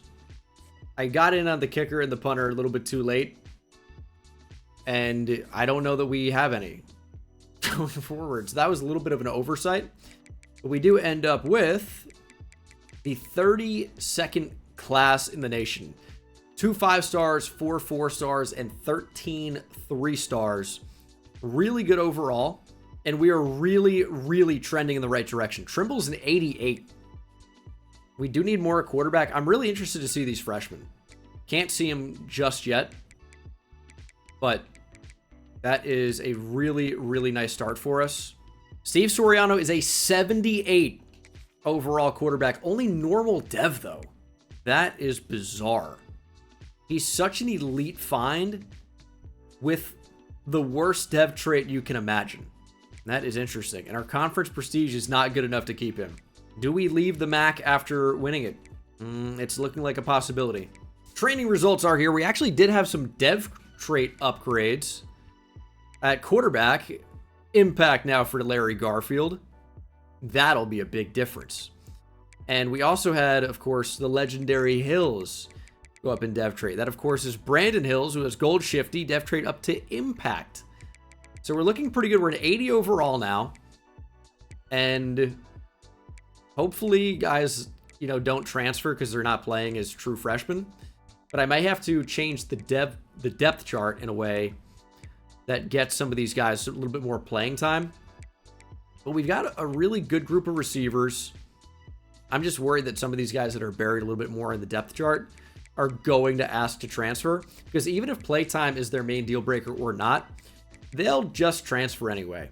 So 5 stars can't sit the bench. They've got to play. Okay, we're going to stay in the MAC for one more year. I just don't think we're good enough to move to the Big Ten just yet. We're actually on the edge, but it's going to be an auto loss basically if we play any of Penn State, USC, Oregon, Ohio State. It's just kind of a tough spot to be in. So we're going to hang out in the MAC for another year. Now, our school prestige, I think, did go up slightly. We have A- championship contender. That's pretty good. We're still super low on brand exposure. Pro potential is terrible overall. Coach stability is still low. Like, we're still just not great overall, but we are improving slightly. So we are in week 3 of 2028, 2-0, but unfortunately we have the displeasure of playing Auburn out of conference, of course. Week 3, not exactly what you want. Recruiting's going fairly well. Some 5-star pocket passer, Ben Lanier, that is just not being recruited. So we are in the lead over anybody else. And then Cornell Nix didn't have any offers until Arkansas got in the mix. And am I wasting my time going after 2 quarterbacks? Maybe, but I don't mind having the depth. These 2 are star-type players, and we may just not end up getting one of them if we throw all our eggs in that basket. So I am going after both. I'm going after multiple running backs. There are some really, really good receivers in this class that I do think we have a chance to get, again, even if it's not great. Kyrie Littlejohn is amazing. So that'd be a really, really nice player to get. there are a number of guys on the board that I just think would be awesome. Ramon Pippen, maybe we have the best chance out of a lot of these guys, to be honest. We have Brett Favre's son, Richard, who I think would be good. But, you know, it is tough to get 4 and 5 stars to Akron. So a lot of these players that we're going after are just going to be, you know, a 0% chance of getting them. And that's not, like, wise maybe to leave them on the board when I could put other players on there, but I think we'll be okay for now. Donald Leon would be cool to bring in. I think D'Angelo Naylor would be like a guarantee, provided he doesn't get offered from anybody else, obviously. But I need more points, I think, on Raphael Allen. Corner is just a particularly weak position for us right now. If you look at our depth chart, quarterback looks pretty good. We still, of course, have Larry Garfield, but this is his final year here. Steve Soriano, due to conference prestige, is likely going to transfer out. So we need a 5-star freshman quarterback to come in and start right away next year. And then at running back, we're losing Michael Allen. We're losing Fame AJ Boye, the former corner for the Jags and Texans. And then Josh Parkey could step in, but I think we are going to need more at running back. But again, you look at corner, and it's just not good. I moved Micah Strickland from free safety to corner just because he's got a skill set that says he should be able to play corner at a really, really high level, maybe even better than safety. So he's the new CB1. And then our CB1 from this past class, Cullen Qualls, the true freshman, is just going to play free safety for this year. I don't know if that's going to be a permanent change, but I think it's a good change for right now. As you guys know, it just continues to be a push and pull, trying to figure out, okay, which players do we actually have a chance to bring in, and which players are we wasting our time with? Because we may be in the top 3 for a lot of these different guys. However, being in the top 3 doesn't really even mean you have a chance, as we beat Auburn 41-24. It wasn't even particularly close. We've scored 42, 42, and 41. Doesn't seem to matter who we play. Whether it's FCS East, Wyoming, or an SEC team, we're going to be scoring 40 plus. And our defense is playing well enough. We do need to get some visits going, though. So I need to take hours away on some. I don't think we're, like, necessarily dead on some of these guys yet. If we can time up a visit right, like, this looks really bad. If somebody showed me this and said, hey, should I keep recruiting this guy? I would say, no, what are you, stupid? But, or ignorant, or I don't know, whatever. Yet here I am still trying to recruit him because he looks so good. I'm like, if there's a 1% chance we can bring this guy in, I'm going to go for it. And that's not wise, especially when you're a small school with limited hours. But, I mean, I'm going to probably do it anyway. We honestly just don't have the ability to even get visits going, to be honest. Like, Clemson and LSU are just putting in way more. Like, there's a chance they slow down, but it really doesn't look like it's going to happen. I guess I'd rather have the hours at this point. You know, it's easy to do the whole, like, sunk cost fallacy thing and say, well, we've already put so many points in. Let's continue putting points in, but it's just not going to happen for us. And I think it's important to admit that probably earlier than I just did. But, you know, sometimes it's tough to, because I'm like, well, we may actually have a chance, but yeah, we don't. Yep, Labato picked Clemson, Little John to LSU, and Zach McFadden to Minnesota. We never really went after. And we are 5-0, top 15 right now, doing great. And take these guys off of our board. Our play style apparently wasn't even good enough anyway.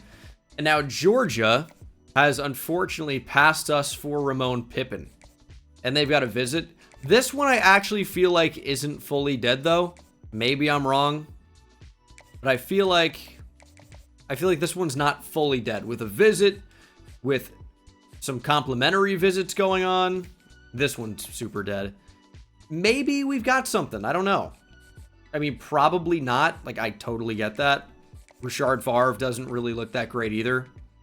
Like, we're not exactly dominating recruiting right now, unfortunately. We're on good pace to get Ben Lanier. There's that. What about for running back? That looks okay. Not amazing. Dude, Arkansas is a problem now.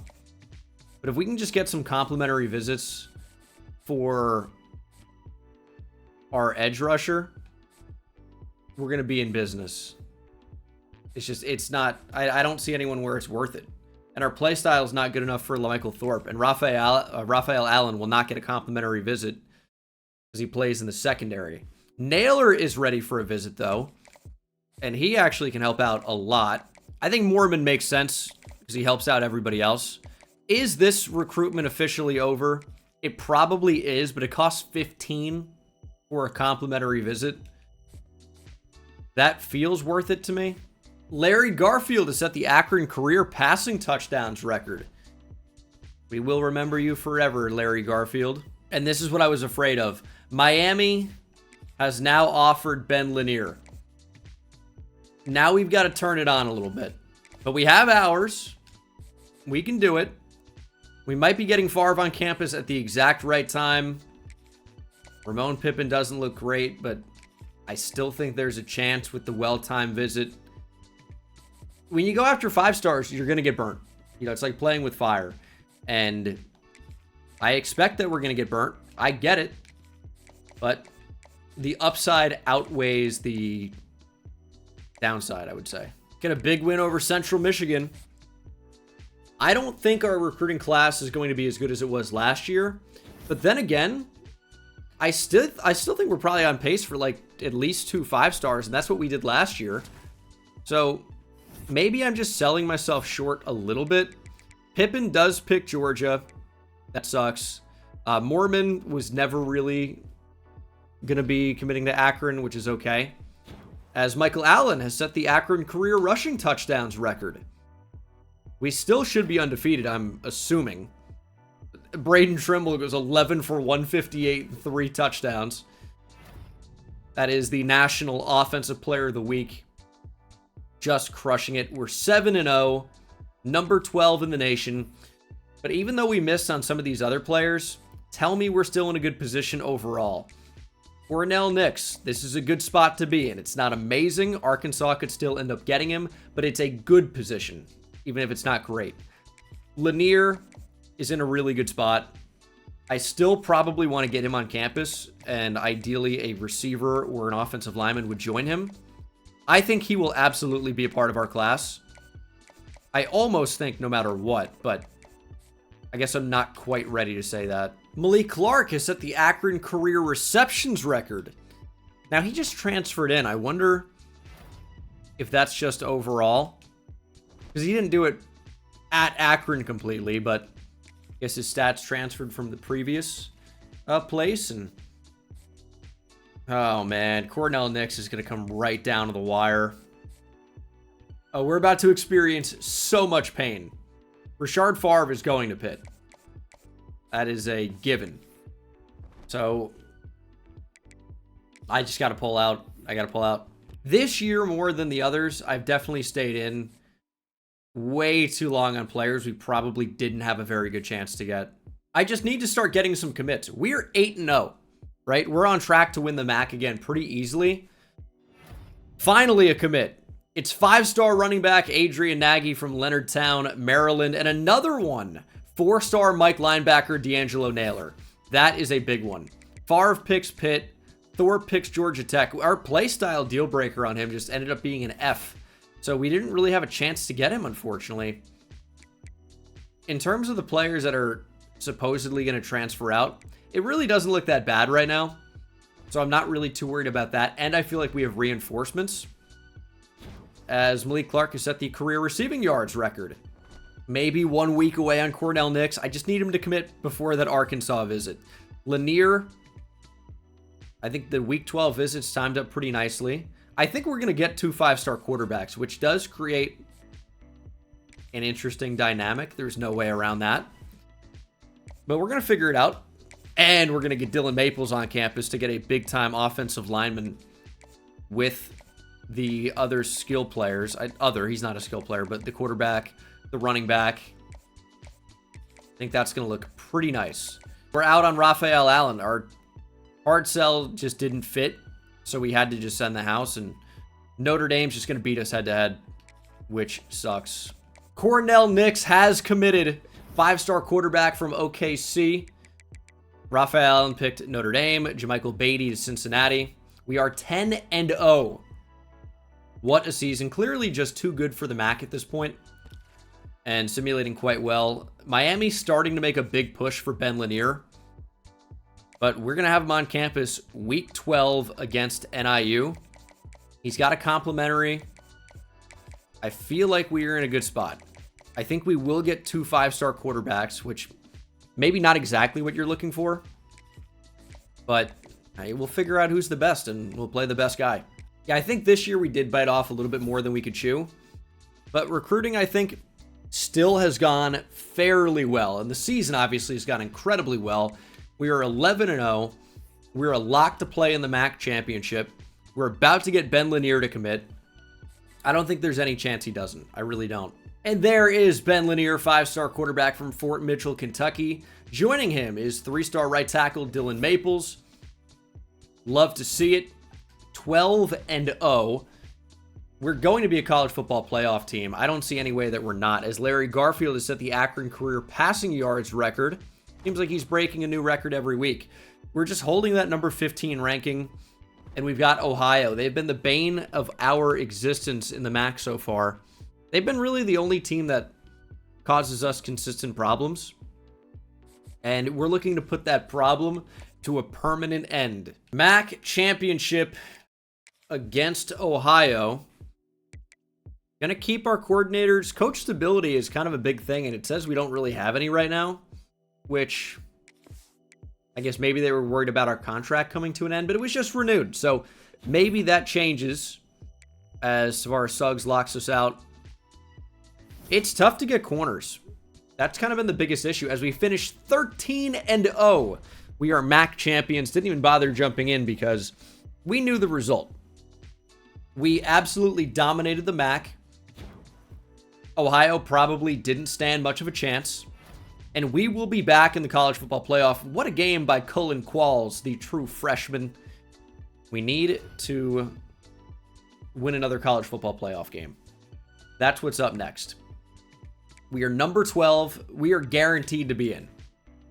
We've got to be the highest ranked group of 5. And we should be in, taking on Penn State in the first round. I don't mind the draw very much. If you look at the season stats, I feel like we would have dominated. And it's almost 4,000 yards, 26 touchdowns to only 1 interception for Larry Garfield in his final season. We ran the ball really effectively. Michael Allen was great. Fame EJ Boye played all right. I wish Josh Parkey would have done a little bit more. Did score 7 touchdowns. I made him our starting fullback, and that paid off. So hopefully he doesn't transfer out. As Braden Trimble and Malik Clark had great years. Byron Cole, actually, I think was very good as well. We have a really good receiving core. I mean, look at the overalls. 91, 88, 89. This team is, like, legitimately good, as we had 16 TFLs for Jaden Woods. Dorian Eddy, the true freshman, at 13. Also 9 sacks. 11.5 for Jaden Woods. Not many interceptions, but the secondary isn't really that good. And we have not done a good enough job getting better players in the secondary. It is hard, but at least we're able to upgrade individual ratings, and that should help out the secondary a little bit for this potential college football playoff run. We'll see if our draw ends up being Penn State. I don't know if the actual bracket is locked at this point. I think it could be, as we do land a 3-star linebacker, Fanau Ringo. Linebacker is kind of a weak position for us as well, but it's going to get better with 4-star linebacker DeMarcus Bliss from Bountiful, Utah. There's a lot going on there to unpack, as Junior Chung picks Pitt, and Kendall Briles wins the Broyles Award for Coordinator of the Year. Hopefully he sticks around, as Kansas State quarterback Treston McMillan threw for 5,000 yards with 45 touchdowns. That is a pretty good performance, and it will be Penn State. College football playoff. We have already won a CFP game. We are undefeated. Obviously, though, Penn State is going to be heavily favored in this game. Do our DBs look any better after the upgrades? I mean, they should a little bit, right? Even if nothing crazy. Yeah, I mean, the secondary, it's just not that good. It's like a +2 overall boost there. Just, I don't think that's going to be significant enough, but Penn State's a 93 overall. This is a good luck situation. We're going to need it. Oh, and we're at Penn State as well. That's right. Not where you want to be. But maybe we start hot, and maybe we even stay in it, and we can have a chance to beat them. It's 3-3. Like, our defense is playing great. We have some good guys up front. We're limiting the Penn State offense right now. The problem is our offense is being heavily limited as well. But it's close. Gonna need some things to go our way. But it is somewhat close right now. Larry Garfield has 85 yards passing. The Penn State defense clearly has been very, very good. And Cole can't hear the adjustment.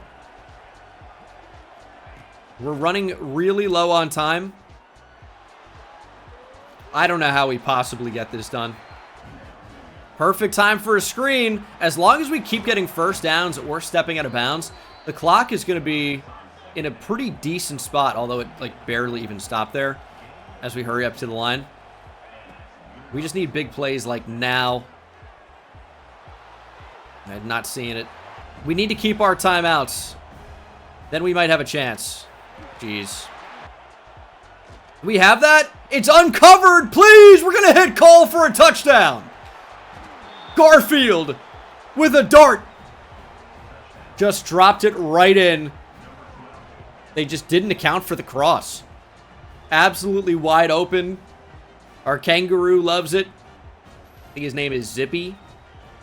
That makes sense. Byron Cole just completely wide open. Our receivers are good, but Penn State clearly some type of lapse in coverage, and we take advantage with a huge play. 46-yard touchdown to Byron Cole.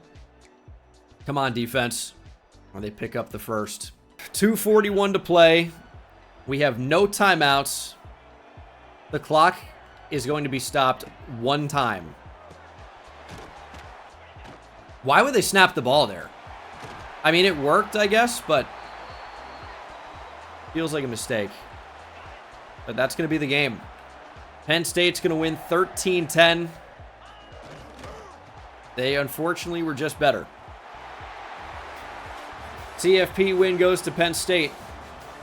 No upset for us this year. We have UCLA back in the Natty, this time playing Georgia. UCLA is a good team in college football 26. And we are ready for the offseason. We still have some recruitments going on that are very, very important. And obviously, if you've learned anything from this so far, the transfer portal is going to be incredibly important.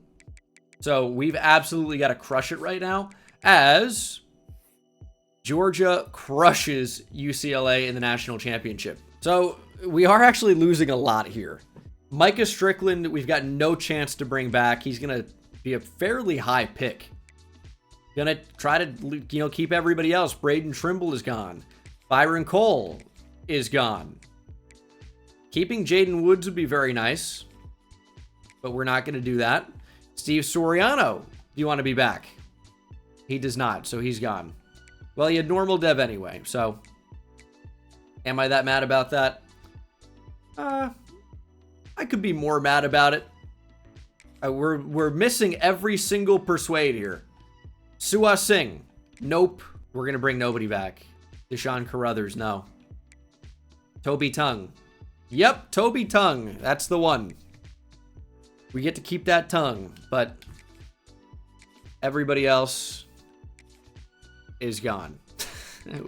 We went 1 for 10. Losing, I'll just throw Jaden Woods in the conversation. Losing 490 overall players. But the transfer portal is here. We got some big fish still out there. We can still bring in a top class. If you look at the actual top classes here, we're going to be fairly low. So we only have 7 committed, but 3 of them are 5 stars. Nagy, Nixon, Lanier. 2 4 stars, 2 3 stars.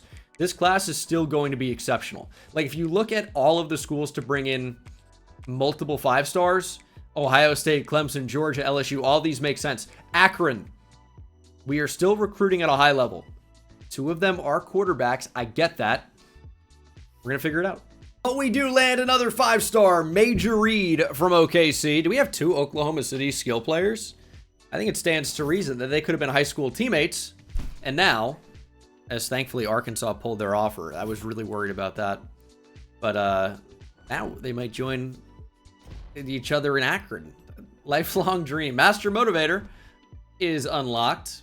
Trying to kill the transfer portal, but it's really hard to compete against top schools. It just is. So recruiting is over. You just really have to abuse the portal in this game. I didn't have really any corners, and now I just, boom, have an entire transfer class of cornerbacks.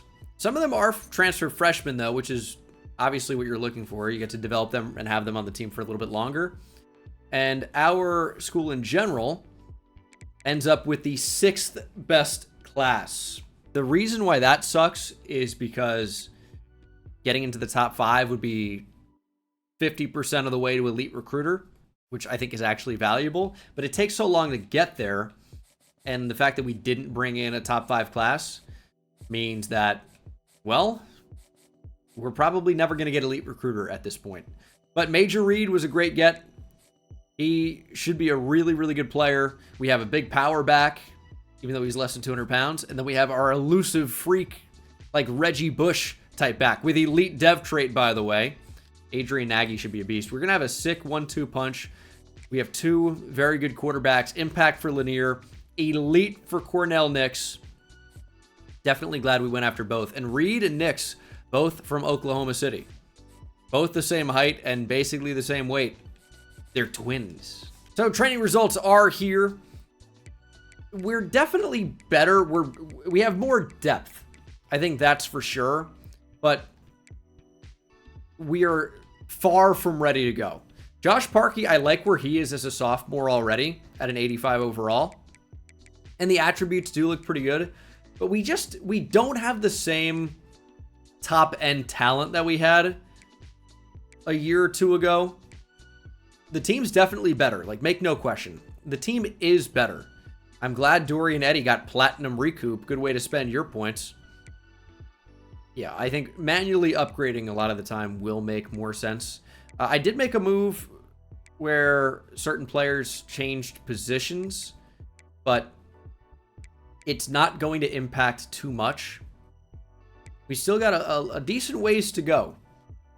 However, the challenge will only ramp up and continue because we're moving to the Big Ten. It will help to have 99 speed, acceleration, and agility at corner, but he can't cover. So we'll see what happens. I'll tell you, I'm looking at some of these 5-stars we brought in. They've got a pretty big trend. Like, no skill caps. Now, it's a shame that a grand total of 0 of them have any physical abilities, but they look mostly amazing. Actual, like, attribute-wise. And at quarterback, Ben Lanier looks very good. He's got limited skill caps for the most part. Like, he's really solid. Impact dev. He's already got 2 physical abilities. That's cool. We're going to start Cornell Nix. He's got elite dev. He has basically no skill caps. Accuracy is not quite as good, but the ceiling is way higher. The dev trait is way higher. I can maybe risk Lanier transferring because we brought in some legit talent. Eric Bullock looks pretty good as well. So I'm really excited with the players we were able to bring in. I know it's 2 quarterbacks and 2 running backs. How much do they actually help us here early on? I think that's a fair question, to be honest. But for the future, I feel like we're in a good spot. We're just going to have to treat this first year in the Big Ten as a building year. And maybe next year we're going to be in true contention to play in the CFP. Like, into the semifinal, into the national championship maybe. But I don't think that's going to happen this year. But I could be wrong. We've simulated well. I just don't think the top-end talent is good enough. This is our schedule, the first year in the Big Ten. We do have the FCS West Trenton State Titans. Love that they're included in the game this year. UCLA, Michigan, Ohio State, Florida State. Okay, I can't play Florida State week 12. It got to be somebody a little bit easier, a little bit more beatable. How about Pitt? They're ranked number 11. I don't know if they're going to be by this time, but they don't look that good. They seem mostly beatable. And hopefully we're able to have a good year the first year in the Big Ten. We're starting a freshman quarterback. That will probably be a little bit of a challenge. But we'll see what happens. I have high hopes, big expectations for this team. And we have 500 hours now. There are a lot of really, really, really good receivers, including the Waddy brothers, Marco Waddy and D'Angelo, that play in different states, but that's neither here nor there. Receiver is a position that we need to upgrade, but we were never going to go out and sign 9. We still have 8 on the board. It's too much. No quarterback, no running back. It's just not necessary, but we are going to focus a little bit more on the secondary this time around, just because there are better players with interest, and even the ones that don't have a ton of interest, we just may be able to get anyway. He's from Louisville. He probably wants to go to Louisville, but what about Akron? Can I sell you on Akron, Ohio? Well, we started 0-1. The Akron Cinderella run is over. Ranked number 23. It's dead. UCLA on the schedule. This is our toughest opponent of the year, probably. Recruiting is going pretty well, except this year I'm only looking at wide receivers. But we are on track to get a 5-star in Joseph Durr. We are on track to get a 5-star in Randy Bean. Randy Melton. We're just going to assemble a receiving core of Randys. Randy Moss. That's a pretty good guy to model your game after.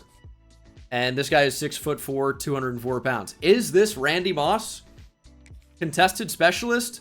We've got to get him to Akron. We got to get him to Akron. Maybe a visit against Minnesota could be smart. But outside of that, you know, I think we're pacing pretty well for a 5-star center. We are pacing pretty well for a 5-star corner, a couple 5-star linebackers. This is going to be our best recruiting class yet. Moving to the Big Ten has helped us out tremendously. Even if our record won't necessarily show it this year, this is a huge year already. Angelo Quintana is our first commit of the year, a 4-star tight end.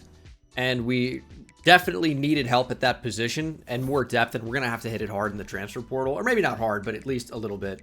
We are 4-2, and now we play undefeated 6-0 Michigan, a team that's going to be a lot more talented.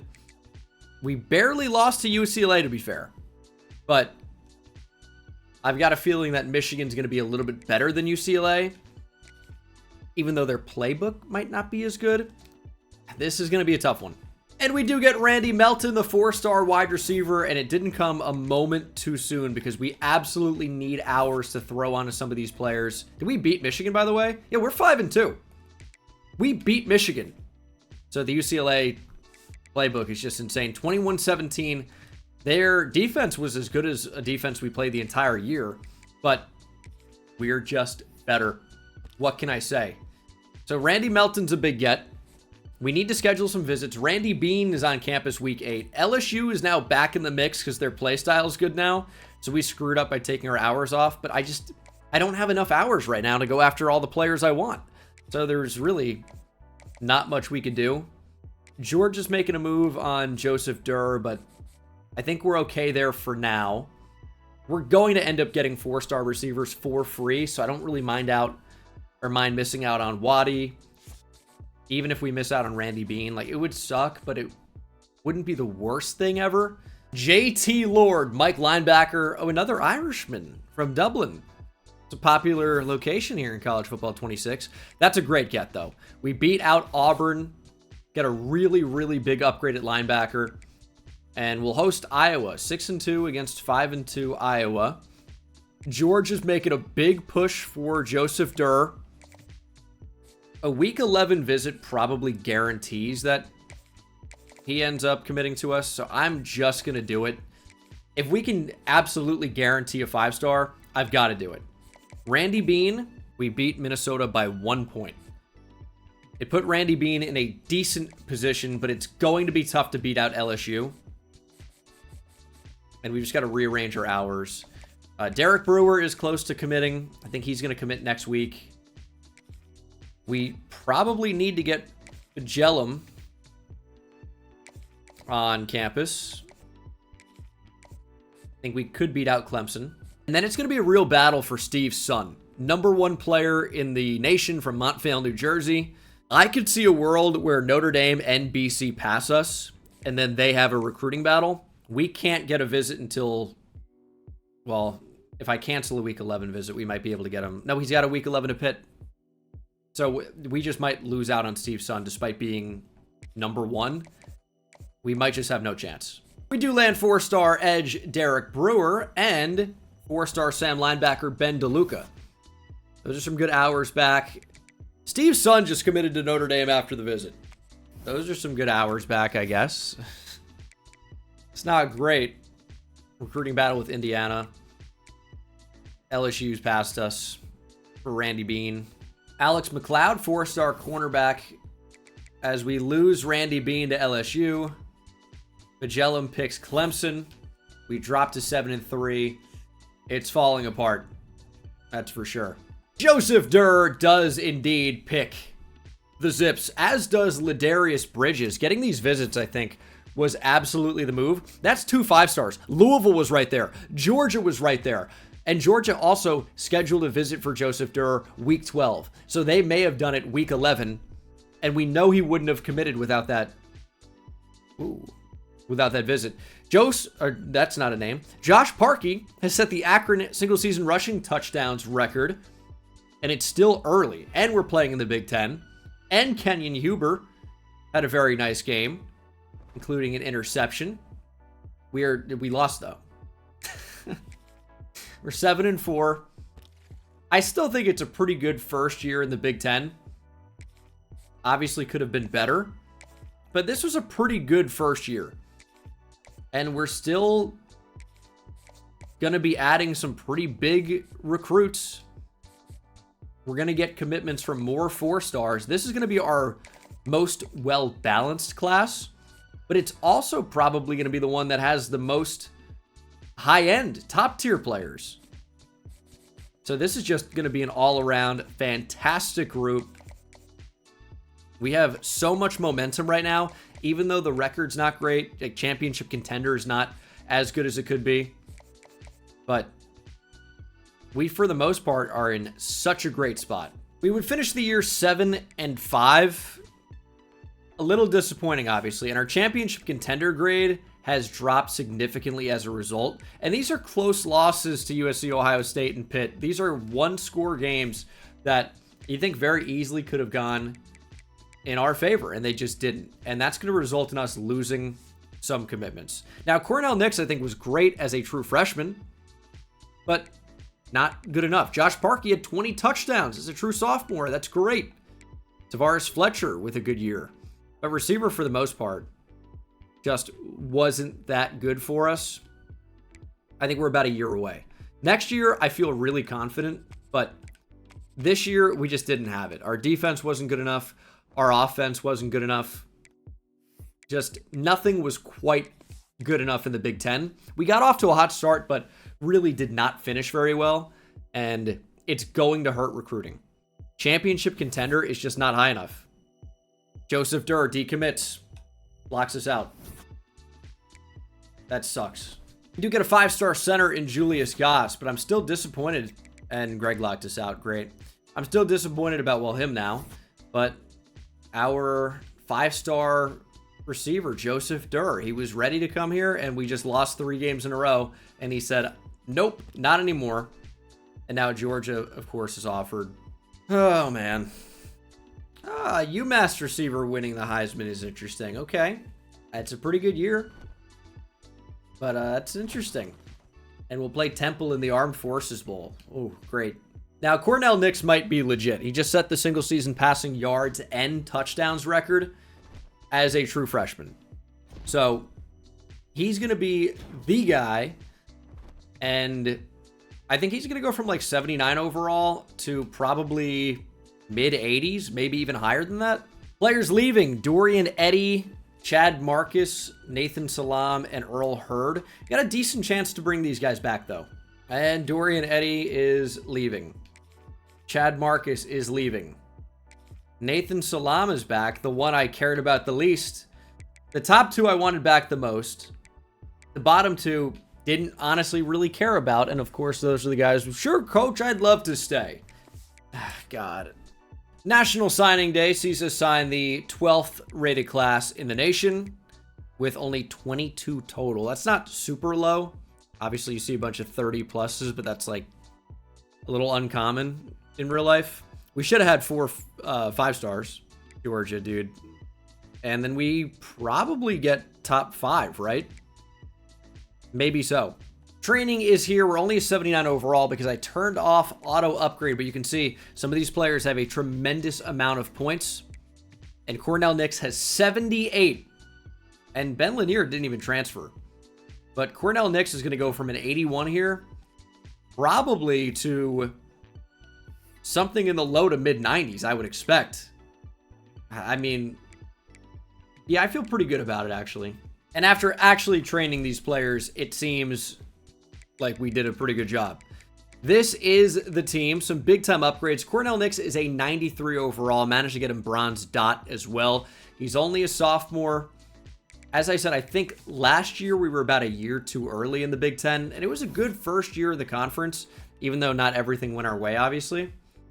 I think 2029 is going to be a really good year. I think 2030 is going to be a great year. And I think even just having that super high overall quarterback and, you know, having another year in the Big Ten under our belt, we're just going to be set up for such success. And, I mean, there's a great Ohio quarterback. We've got no reason to go after him, really, though. But a corner could be quite good, especially with that last name. Aqib Talib. We are absolutely bringing in some 5 stars this year. We've kind of been doing it, but I'm feeling really good about what I'm seeing here. I'm going to say we bring in 5. That's my initial guess, and I feel pretty good about it. Obviously, it depends who actually gets recruited, who doesn't, but I think we're going to bring in the most 5 stars we have so far. We are 7-1, week 9. This feels like a make or break week for the Zips. Why is that? Well, recruiting is going okay. We are in position to land some 5 stars. However, it's not perfect position. On campus this week, we have 5-star receiver Tevin Lehan. He's very close to committing. A win, I would say, pretty much guarantees it. We do not want this somehow getting to a recruiting battle and then lasting until week 11 where he's got to visit with the Gators. Stanley Spillman on campus, a 5-star defensive end. On campus this week, a win over Penn State. I think it's a commitment. Tevin Haddad on campus as well. Joining him is Kiki Kahari. So it is a competitive visit with, you know, the 2 Mike linebackers. However, it's also a same tier opponent. He gets a complimentary from the defensive end. It pretty much cancels it out. And I hope we get at least one of the linebackers. We may get 0. Can we beat the 6-2 Nittany Lions? We're having a great year so far in the Big Ten. We do land a commitment from 5-star corner Eric Mosley. Didn't even talk about him. We lose in the same process a 5-star corner Max Burnett to the Clemson Tigers. Show me a win, though. We didn't get a lot of XP. We drop in championship contender. We are 7-2. Barely in the top 25 still. But I still feel like we're in a pretty good spot to make the college football playoff. But the week 9 visit didn't do nearly as much as it could have. We lose by 1. It's tough. And that means Tevin Haddad will not end up in Akron Zip. That's a tough one. And we're probably going to lose the other linebacker as well. So this was a pretty brutal time for a loss. And now Joel Pilley has a visit at Michigan. So he might just commit to Michigan if they win. We added some 5-star or 4 stars, down at the bottom here that were not receiving offers. We got David and Wagbuo. Be a good running back to add to the mix. Kane Anger. That's what The Undertaker had to deal with at WrestleMania, brother.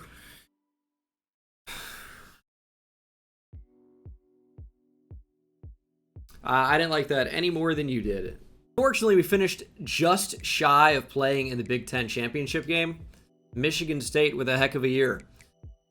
And recruiting, still not exactly going exactly to plan. Looks like we beat San Diego State in the ReliaQuest Bowl. Shout out to that bowl, I guess. And I think, again, we feel like just about a year too early. Played well. Cornell Nix had a very good season, and we have him for another year. Unless he decides to transfer, because Coach Prestige is a B+, and we need an A-. Josh Parkey had 22 touchdowns. Receiving Eric Bullock had a huge year. Playstyle have been... I mean, we're going to have transfers, dude. We're going to have transfers despite having a really nice year. Just unfortunately was not good enough. A lot of interceptions for us, but we are going to be facing probably quite a few transfers. I don't know if it's fair. It's actually not quite as bad as I thought, but it isn't good. Quentin Toppins, please.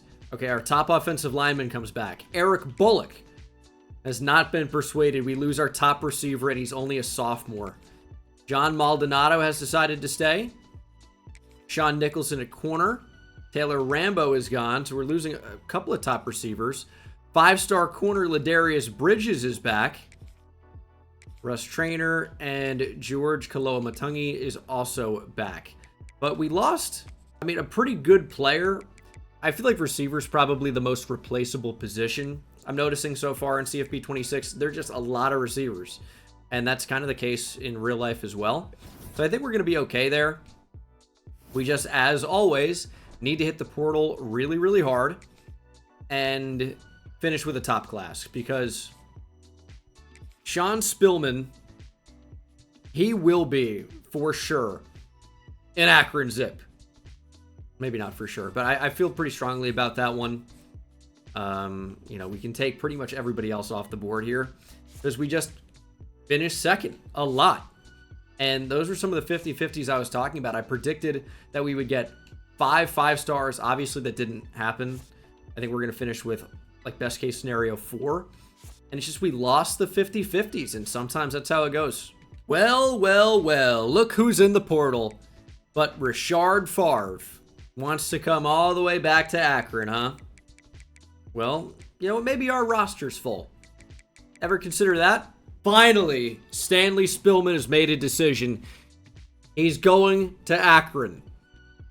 Got 20 minutes of notifications here, but they're good notifications. It means that we're signing 4 stars out of the portal, just 4 stars in general.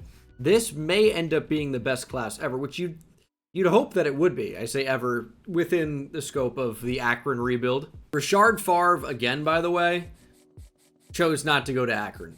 And we don't want him anyway. He's going to Penn State. Yeah, I mean, we gave it a good run, but he doesn't want to be at Akron. He wants us to think that he'll consider it, and he's never going to come to Akron. Once again, it's the 6th best class, 4 5 stars, 9 4 stars, 6 3 stars, and a 2-star out of the portal. But this team is in the best position that we've been in, obviously, the entire time. And I think we could be national championship contenders this year. I've manually upgraded players, and I think it was worth the time. And I think you do some of the players with a lot of points, and then you can just hold Y to auto-progress the rest. And here we are. It says only an 84 overall, but it's clearly better than that, as we have several players in the mid to high 90s. So maybe it just hasn't updated quite yet, because I didn't do auto-progress. So you'll see that in the next week. But we look really strong. Quarterback is insane. Cornell Nix looks amazing. Running back looks amazing. Receiver's getting a bit better. The offensive line is as good as it has been, especially on that right side. And although the pass rush isn't nearly as good as I would like, it is good. Linebacker's pretty good. Corner is now exceptional. Safety is fantastic. We look great. I really think we're going to be in position to win a national championship. If not this year, definitely next year. Yeah, this is more like it. 96 overall. We have so many really highly rated players. I upgraded some physical abilities, but mainly the strategy was upgrade attributes first. Don't focus on physical abilities, because in these rebuilds, it's mainly simulating, right? Do abilities play a role when simulating? I don't really think so. Obviously, I do want to have some of them, so if I had leftover points, I put them in that way. But I expect to be in these college football playoff games. That's when they're going to come in handy, when we're actually jumping in. But otherwise, I don't think they're going to be that important for simulation. But man, this team looks really, really strong. I'm constantly trying to upgrade the coach abilities as well. We're down to 6 points. Wanted to focus on the actual team, like upgrading the team through tactician. I just don't think recruiter is worth it at all. I can't really imagine that being as useful as actually making the team better and getting the big offseason boost to upgrade your team that way. Of course, we're getting to the end of this thing here, so recruiting is going to be less important as we're more established, but it's still going to be nice to try and bring in some 5-stars. And there are 5-stars off the bat that have immediate interest in playing at Akron. We are established now. We are a very good team. We expect to be competing for a college football playoff spot, if not a national championship. So let's go ahead and try to do that. Well, this schedule looks a lot easier than it did last year, other than this is a tough opponent in week 1, the Trenton State Titans. I mean, would hate to be in Akron Zip right now, but yeah, Penn State, Ohio State here at the bottom, but it mostly seems like we got a pretty good draw of beatable opponents that we can just kind of stock up, build that championship contender, and get ready for the CFP. I mean, there just are not a lot of opponents on that schedule that should be beating us.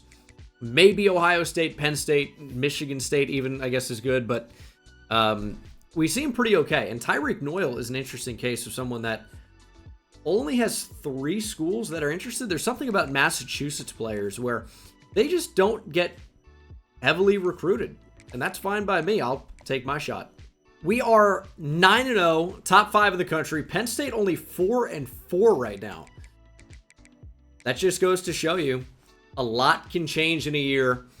We are on an absolute tear right now. Recruiting's going okay, and after a lot of 5-stars, not necessarily getting a lot of 5-stars, but we are 10-0.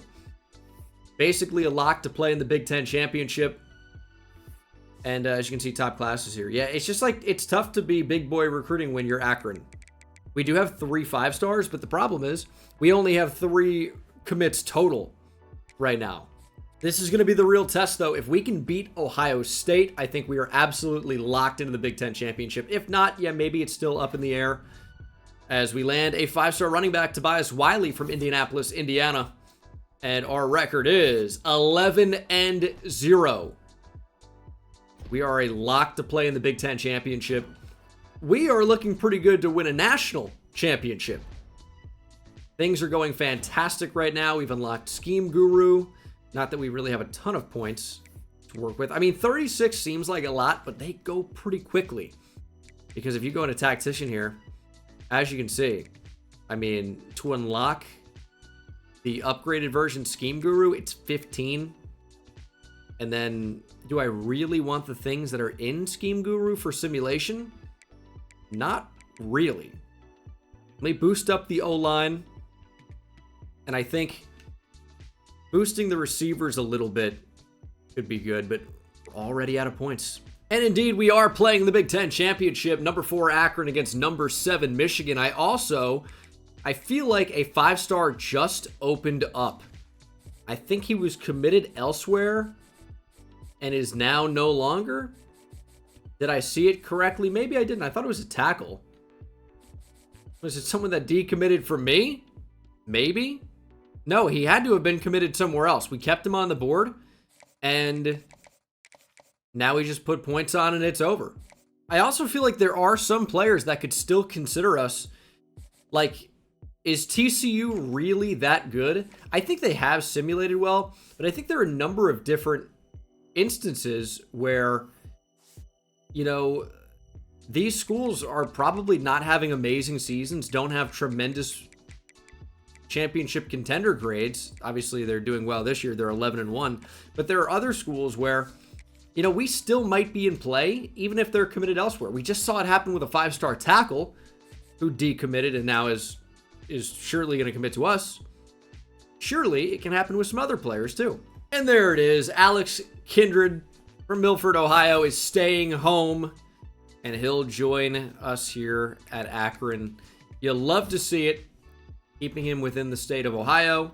And I mean, we're 12-0. We're a top 5 team in the nation. Even losing to Michigan here in the Big Ten Championship is not going to do a whole lot to hurt our stock heading into the college football playoff. We have a guaranteed spot. We have a high 90s overall team. We even have some points for upgrades prior to this game. 27 skill points for Cornell Nix. And again, his deal breakers here, it's hard to find one. There are no skill caps really at all. We can just do whatever we want. And heading into the game, I don't think I would mind a little bit more speed. I don't think I would mind a little bit more accuracy. So we're going to increase actual on-field ability, but also his abilities. He looks just fantastic. And you know what? Let's get that open field ability a little bit better. He is a 97 overall. The only problem, I don't think we're going to have him next year. I think more than likely, he's probably headed to the NFL draft. We've got to win right here, right now. Eric Wilbur off the edge has 54 skill points mid-season. Now, granted, he is a senior, so he's not going to get any more off-season upgrades because he's going to go pro or do whatever he does. Job, maybe. But, no, he looks pretty good. He's probably going to get drafted. But the fact that we can make him this much better mid-season is absolutely incredible. Big Ten Championship, Michigan, Akron. This is what you think about when you think about what it means to be a Big Ten matchup. I don't know what I'm saying. Michigan is just not as good. That's the bottom line. And we're fighting for the first time for that Big Ten Championship trophy. You know what? Michigan, they've got the same colors, but more vibrant. Akron is just a muted, like, Temu version, unfortunately, of Michigan in, I guess, every way. We're up 7-0, though. No, the Akron era is here. And it's over for the Wolverines. We didn't even have to jump in. That's a 21-0. That's a rage quit for Michigan, is what that is. That's mercy rule. Good game. Thanks for coming out. Akron, for the first time, are champions of the Big Ten. Cornell Nix with a really nice game. He's a beast. Josh Parkey ran the ball really, really, really, really well. 59 yards after contact. And then tell me this defense came to play. I was going to say, show me some something, but I'm like, that's not good. Show me some tackles for loss. Show me some interceptions. This team is absolutely cracked. We need to be playing for a national championship here in the next, 5 minutes. Madison Gilliam, Louisiana Tech quarterback, is going to bring home the Heisman Trophy. Ooh, defensive end of the year. Eric Wilbur posted 23 sacks, 31 tackles for loss. Lombardi Award winner. That's the future #1 overall pick. With that type of production. That is absolutely incredible. What a season for Cornell Nix. Almost 4,000 yards passing, 33 touchdowns to 3 interceptions. We ran the ball really well with Josh Parkey. Adrian Nagy was a nice #2 option. And Cornell Nix had 14 rushing touchdowns. Pretty good amount. 3 receivers right now with 1,000 yards. And it may end up even being more. All J.J. Coates would need is 700 yards in the final couple of games here. Possibility. A great season for Matt Cantwell at defensive tackle. I mean, our pressure was incredible. But Eric Wilbur was a man amongst boys as Nate Tandy, Javon Pratt both had 7 interceptions. The defense was incredible. We dominated Michigan. And, I mean, we dominated everybody pretty much. Were there any close games? Purdue was actually close. That was it. I mean, we beat FCS West 84-3. Crushed Rutgers. I would hate to be TBD. The Tampa Bay Devil Rays are going down. No question about it. A real throwback here. We face Miami in the Rose Bowl game. Moving out west, taking on the 12-2 Hurricanes. We're prepared. We are ready. We are the better team. We should be favored in this game. We need to beat Miami and head to the college football playoff semifinal. Got to go through the Hurricanes to do it. They're going to be a tough team. We've seen that. But with what we were just able to accomplish against Michigan, we are 100% ready for this game. It's 56 degrees. Miami can't play if it's under 80 or over 80 most of the time, honestly. 14-7 Akron, 21-7, 14, and Miami's actually tied it. Or you got to jump in. 21-21. Cornell Nix, our superstar quarterback. Can he lead the team to success? We're going to take off. There goes Cornell Nix. Look at the speed of the open field. They have stars all over, but guess what? So do we. It reminds me of the George Bush. So do we. And he said, like, I don't know, it's worth looking up. I don't want to repeat everything, but it's worth looking up. I don't want to spoil the surprise. Taking off with Cornell Nix, potentially. Good speed from the defensive end. Block, unfortunately, going to stop. But it's 3rd and short. We have a big-time power back in. Josh Parkey just moved the chains. And he got the ball across. What an effort by Josh Parkey. That moves the chains. He was stopped, and he just wanted it more. Miami probably should be calling timeouts, and they will after this, I'm sure. But we're not even trying to score necessarily. We just want to take time off the clock. Get into the end zone as Parkey goes over the century mark for rushing yards. We want to score a touchdown, though. But we want to also burn their timeouts as Parkey goes under the century mark. We're going to keep it on the ground. Make them burn their timeouts.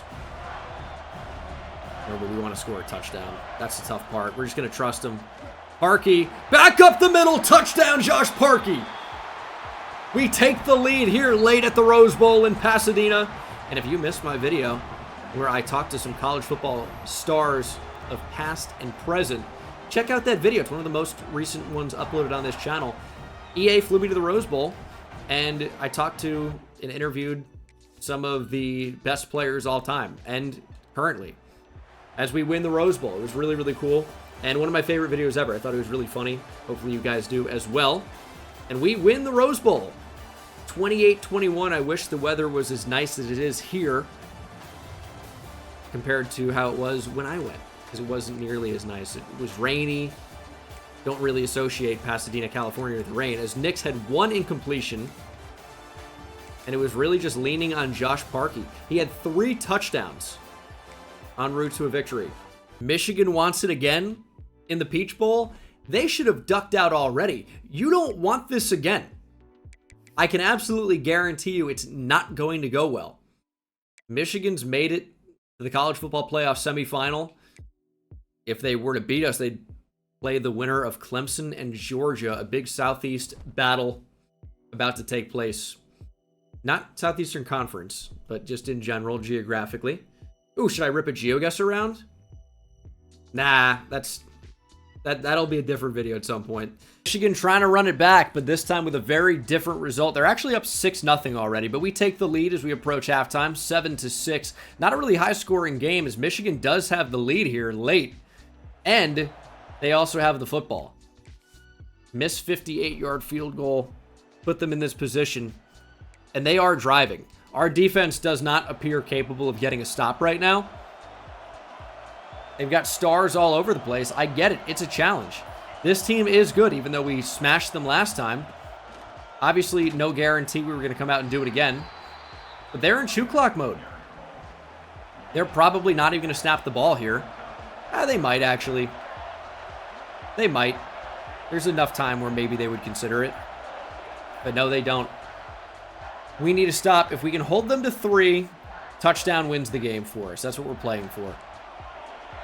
I think we go run commit. See if we can take away the football. All right, that's a good start. 4th and 1. Michigan lining up to go for 3. I think this is a mistake for them. Kick is up and good, but what do? You incentivize us to play for the touchdown. It was only 1 yard. You can win the game, basically, with a first down. They chose not to do it. Down by 6. A touchdown and an extra point gives us a national championship berth. That's what we need. Don't need to do anything crazy. Just need to drive down the field here. I mean, that's not a great start. Just need to drive down the field, get in the end zone. I honestly think we have plenty of time. 2 timeouts. Oh, no. Oh, yes. Oh, big juke from Parkey. We have 2 timeouts, 1 and 36. I think we're in a completely acceptable spot. Got to not make any critical mistakes. We're going to roll out with Nix. He's got decent speed, but not good enough. Give me quarterback blast. We are just completely working our way down the field. No fumbles, please. But completely working our way down the field. We are overpowering Michigan. We still have plenty of time. And we've got some really good running backs to lean on. Michigan is in a tremendously tough spot. And also, Parkey's got this great ability where he continues to reach ahead. Now, hopefully that doesn't result in any fumbles, but it does result in a couple of extra yards from time to time. And look at that blocking. Parkey takes a big shot as he approaches 100 yards rushing. He could get right at 100 if he scores. I mean, 30 seconds to play. Parkey with space, lowering the shoulder and taking a huge shot down at the 2. 20 seconds to play. We can still stop the clock if we need to twice, but we might not even need to. It's a touchdown to tie it with 14 seconds to play. What a scramble by Cornell Nix. It really was a design run, but that's okay.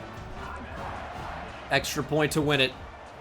We are 14 seconds away from a national championship appearance. Can we hold on? We're now 3 seconds. Let me get my safeties back. Get them all the way back. 32 yards off the line. My safety's playing in Narnia. And you should. Give them cushion. Nobody gets past you. Good check down. Game over. Oh, hold on. Let's wrap up, please. Game over. We're headed to the national championship. National championship. It's the Clemson Tigers. They've beaten us in a number of different recruiting battles over the years. And now we have a chance to get our revenge in the form of a national championship. What it's really all about. They might be able to get a couple bigger recruits than we're able to. But if it doesn't result in a national championship, it's ultimately a failure for the Tigers. That's what we're playing for. Playing for all the marbles. Really, no marbles involved. Just a national championship trophy. Probably some rings to go along with them. Here we go. Something's got to give. 15-0 Akron. Do we complete the undefeated season? Well, 7-0's a great start. 14-0's even better. Into the third quarter, it's 17-0. It is a blowout in the national championship. Clemson's got stars all over the place, but they are just not good enough. But they do get a stop. 54 yards passing by Cornell Nix, by the way. They do get a stop, and we're going to punt. Or are we? Punter to throw. Wide open in the flat. The catch is made by Quintana. First down. The aggressiveness pays off. I wish I was able to catch you guys by surprise, but obviously you saw me probably pick that. But it feels great to go out, make a big-time play that probably will result in a national championship. And the Clemson defense played well enough. Their offense completely disappeared. Sorry. Not sorry. Okay, let's just not fumble at this point. 4th and 8. Clemson needs a first down to keep their national championship dreams alive. And they will. It is a bomb by Clemson. And they've recovered the onside kick. Okay. Things got slightly more interesting as the quarterback's going to take off and pick up the first down. But is it too little too late? 4th and 2. 23 seconds to play. Lord, we need to get to the quarterback. No, like, please, Lord, get to the QB. Oh, it's a fake pitch. It's a broken tackle. He's still on his feet. David Chigoziem gave it his all, but his all was not enough because the Akron Zips are national champions. I tried to call a timeout of the onside, by the way, but they quick kicked me. Didn't end up mattering, though. 20-7 is your final. The confetti rains down on Dabo and the Tigers, but more importantly, it rains down on Dengus and the Zips. Akron are national champions of college football. Coach Dengus, looking young, hoists the national championship trophy. Zippy, the creature, dances a jovial jig. How about that for a little bit of alliteration for you? Anyway, we'll play one more final season, try to go back-to-back. Let's see what we can do. Well, players leaving is actually hitting us extremely hard. Cornell Nix is headed to the draft. Adrian Nagy is headed to the draft. So that's, I mean, already some big-time players leaving. But how about backup quarterback Ben Lanier, who wants to transfer due to playing time? You would be the starter now. You've waited your time. Your time is now. You mean John Cena? Why am I making so many wrestling references? I haven't seen it in many years. Major Reed transferring. Stanley Spillman has decided to stay, and that could be huge. Telvin Lehan has decided to stay. Okay, so actually, we did really well here, other than losing our starting quarterback, our 90 overall backup, our third-string running back, who's a former 5-star, and Adrian Nagy, who did not need to leave. I guess he'd still probably be the backup, and he wasn't really playing a ton, and he's good and he can get drafted right now, supposedly. But I don't think we did all that bad other than all the bad stuff. I thought for a second this was the Fight Club guy. Well, we don't talk about that, but it's just close. It's not Tyler Durden, it's Durbin. Now, I was hoping... Ooh, Raphael Allen. I remember recruiting him. Would be cool to bring him in. What I really wanted... Oh, look who it is. Richard Favre. I'm still interested. You know what? Whatever. I can put it behind us. I'm still interested. But what I was really interested in was a quarterback. And I'm not seeing any QBs. Who is going to play QB for us? Nobody. Maybe J.D. Apple. Or Tevin Tam. Maybe nobody. Well, I'm going to tell you, to nobody's surprise, Favre picked a different team again. I hate this guy. He's picked against us multiple times. He's probably, I don't know, defrauded an entire state. If you look at the top classes, this was kind of a small class for us. Only 13, but 5 5-stars, 2 4-stars, and 6 3-stars. We've replaced some of the positions that we needed to go out and replace, and we are set up to win another national championship. The one big thing will be, how good can Melvin Terrell get in one offseason? I don't know.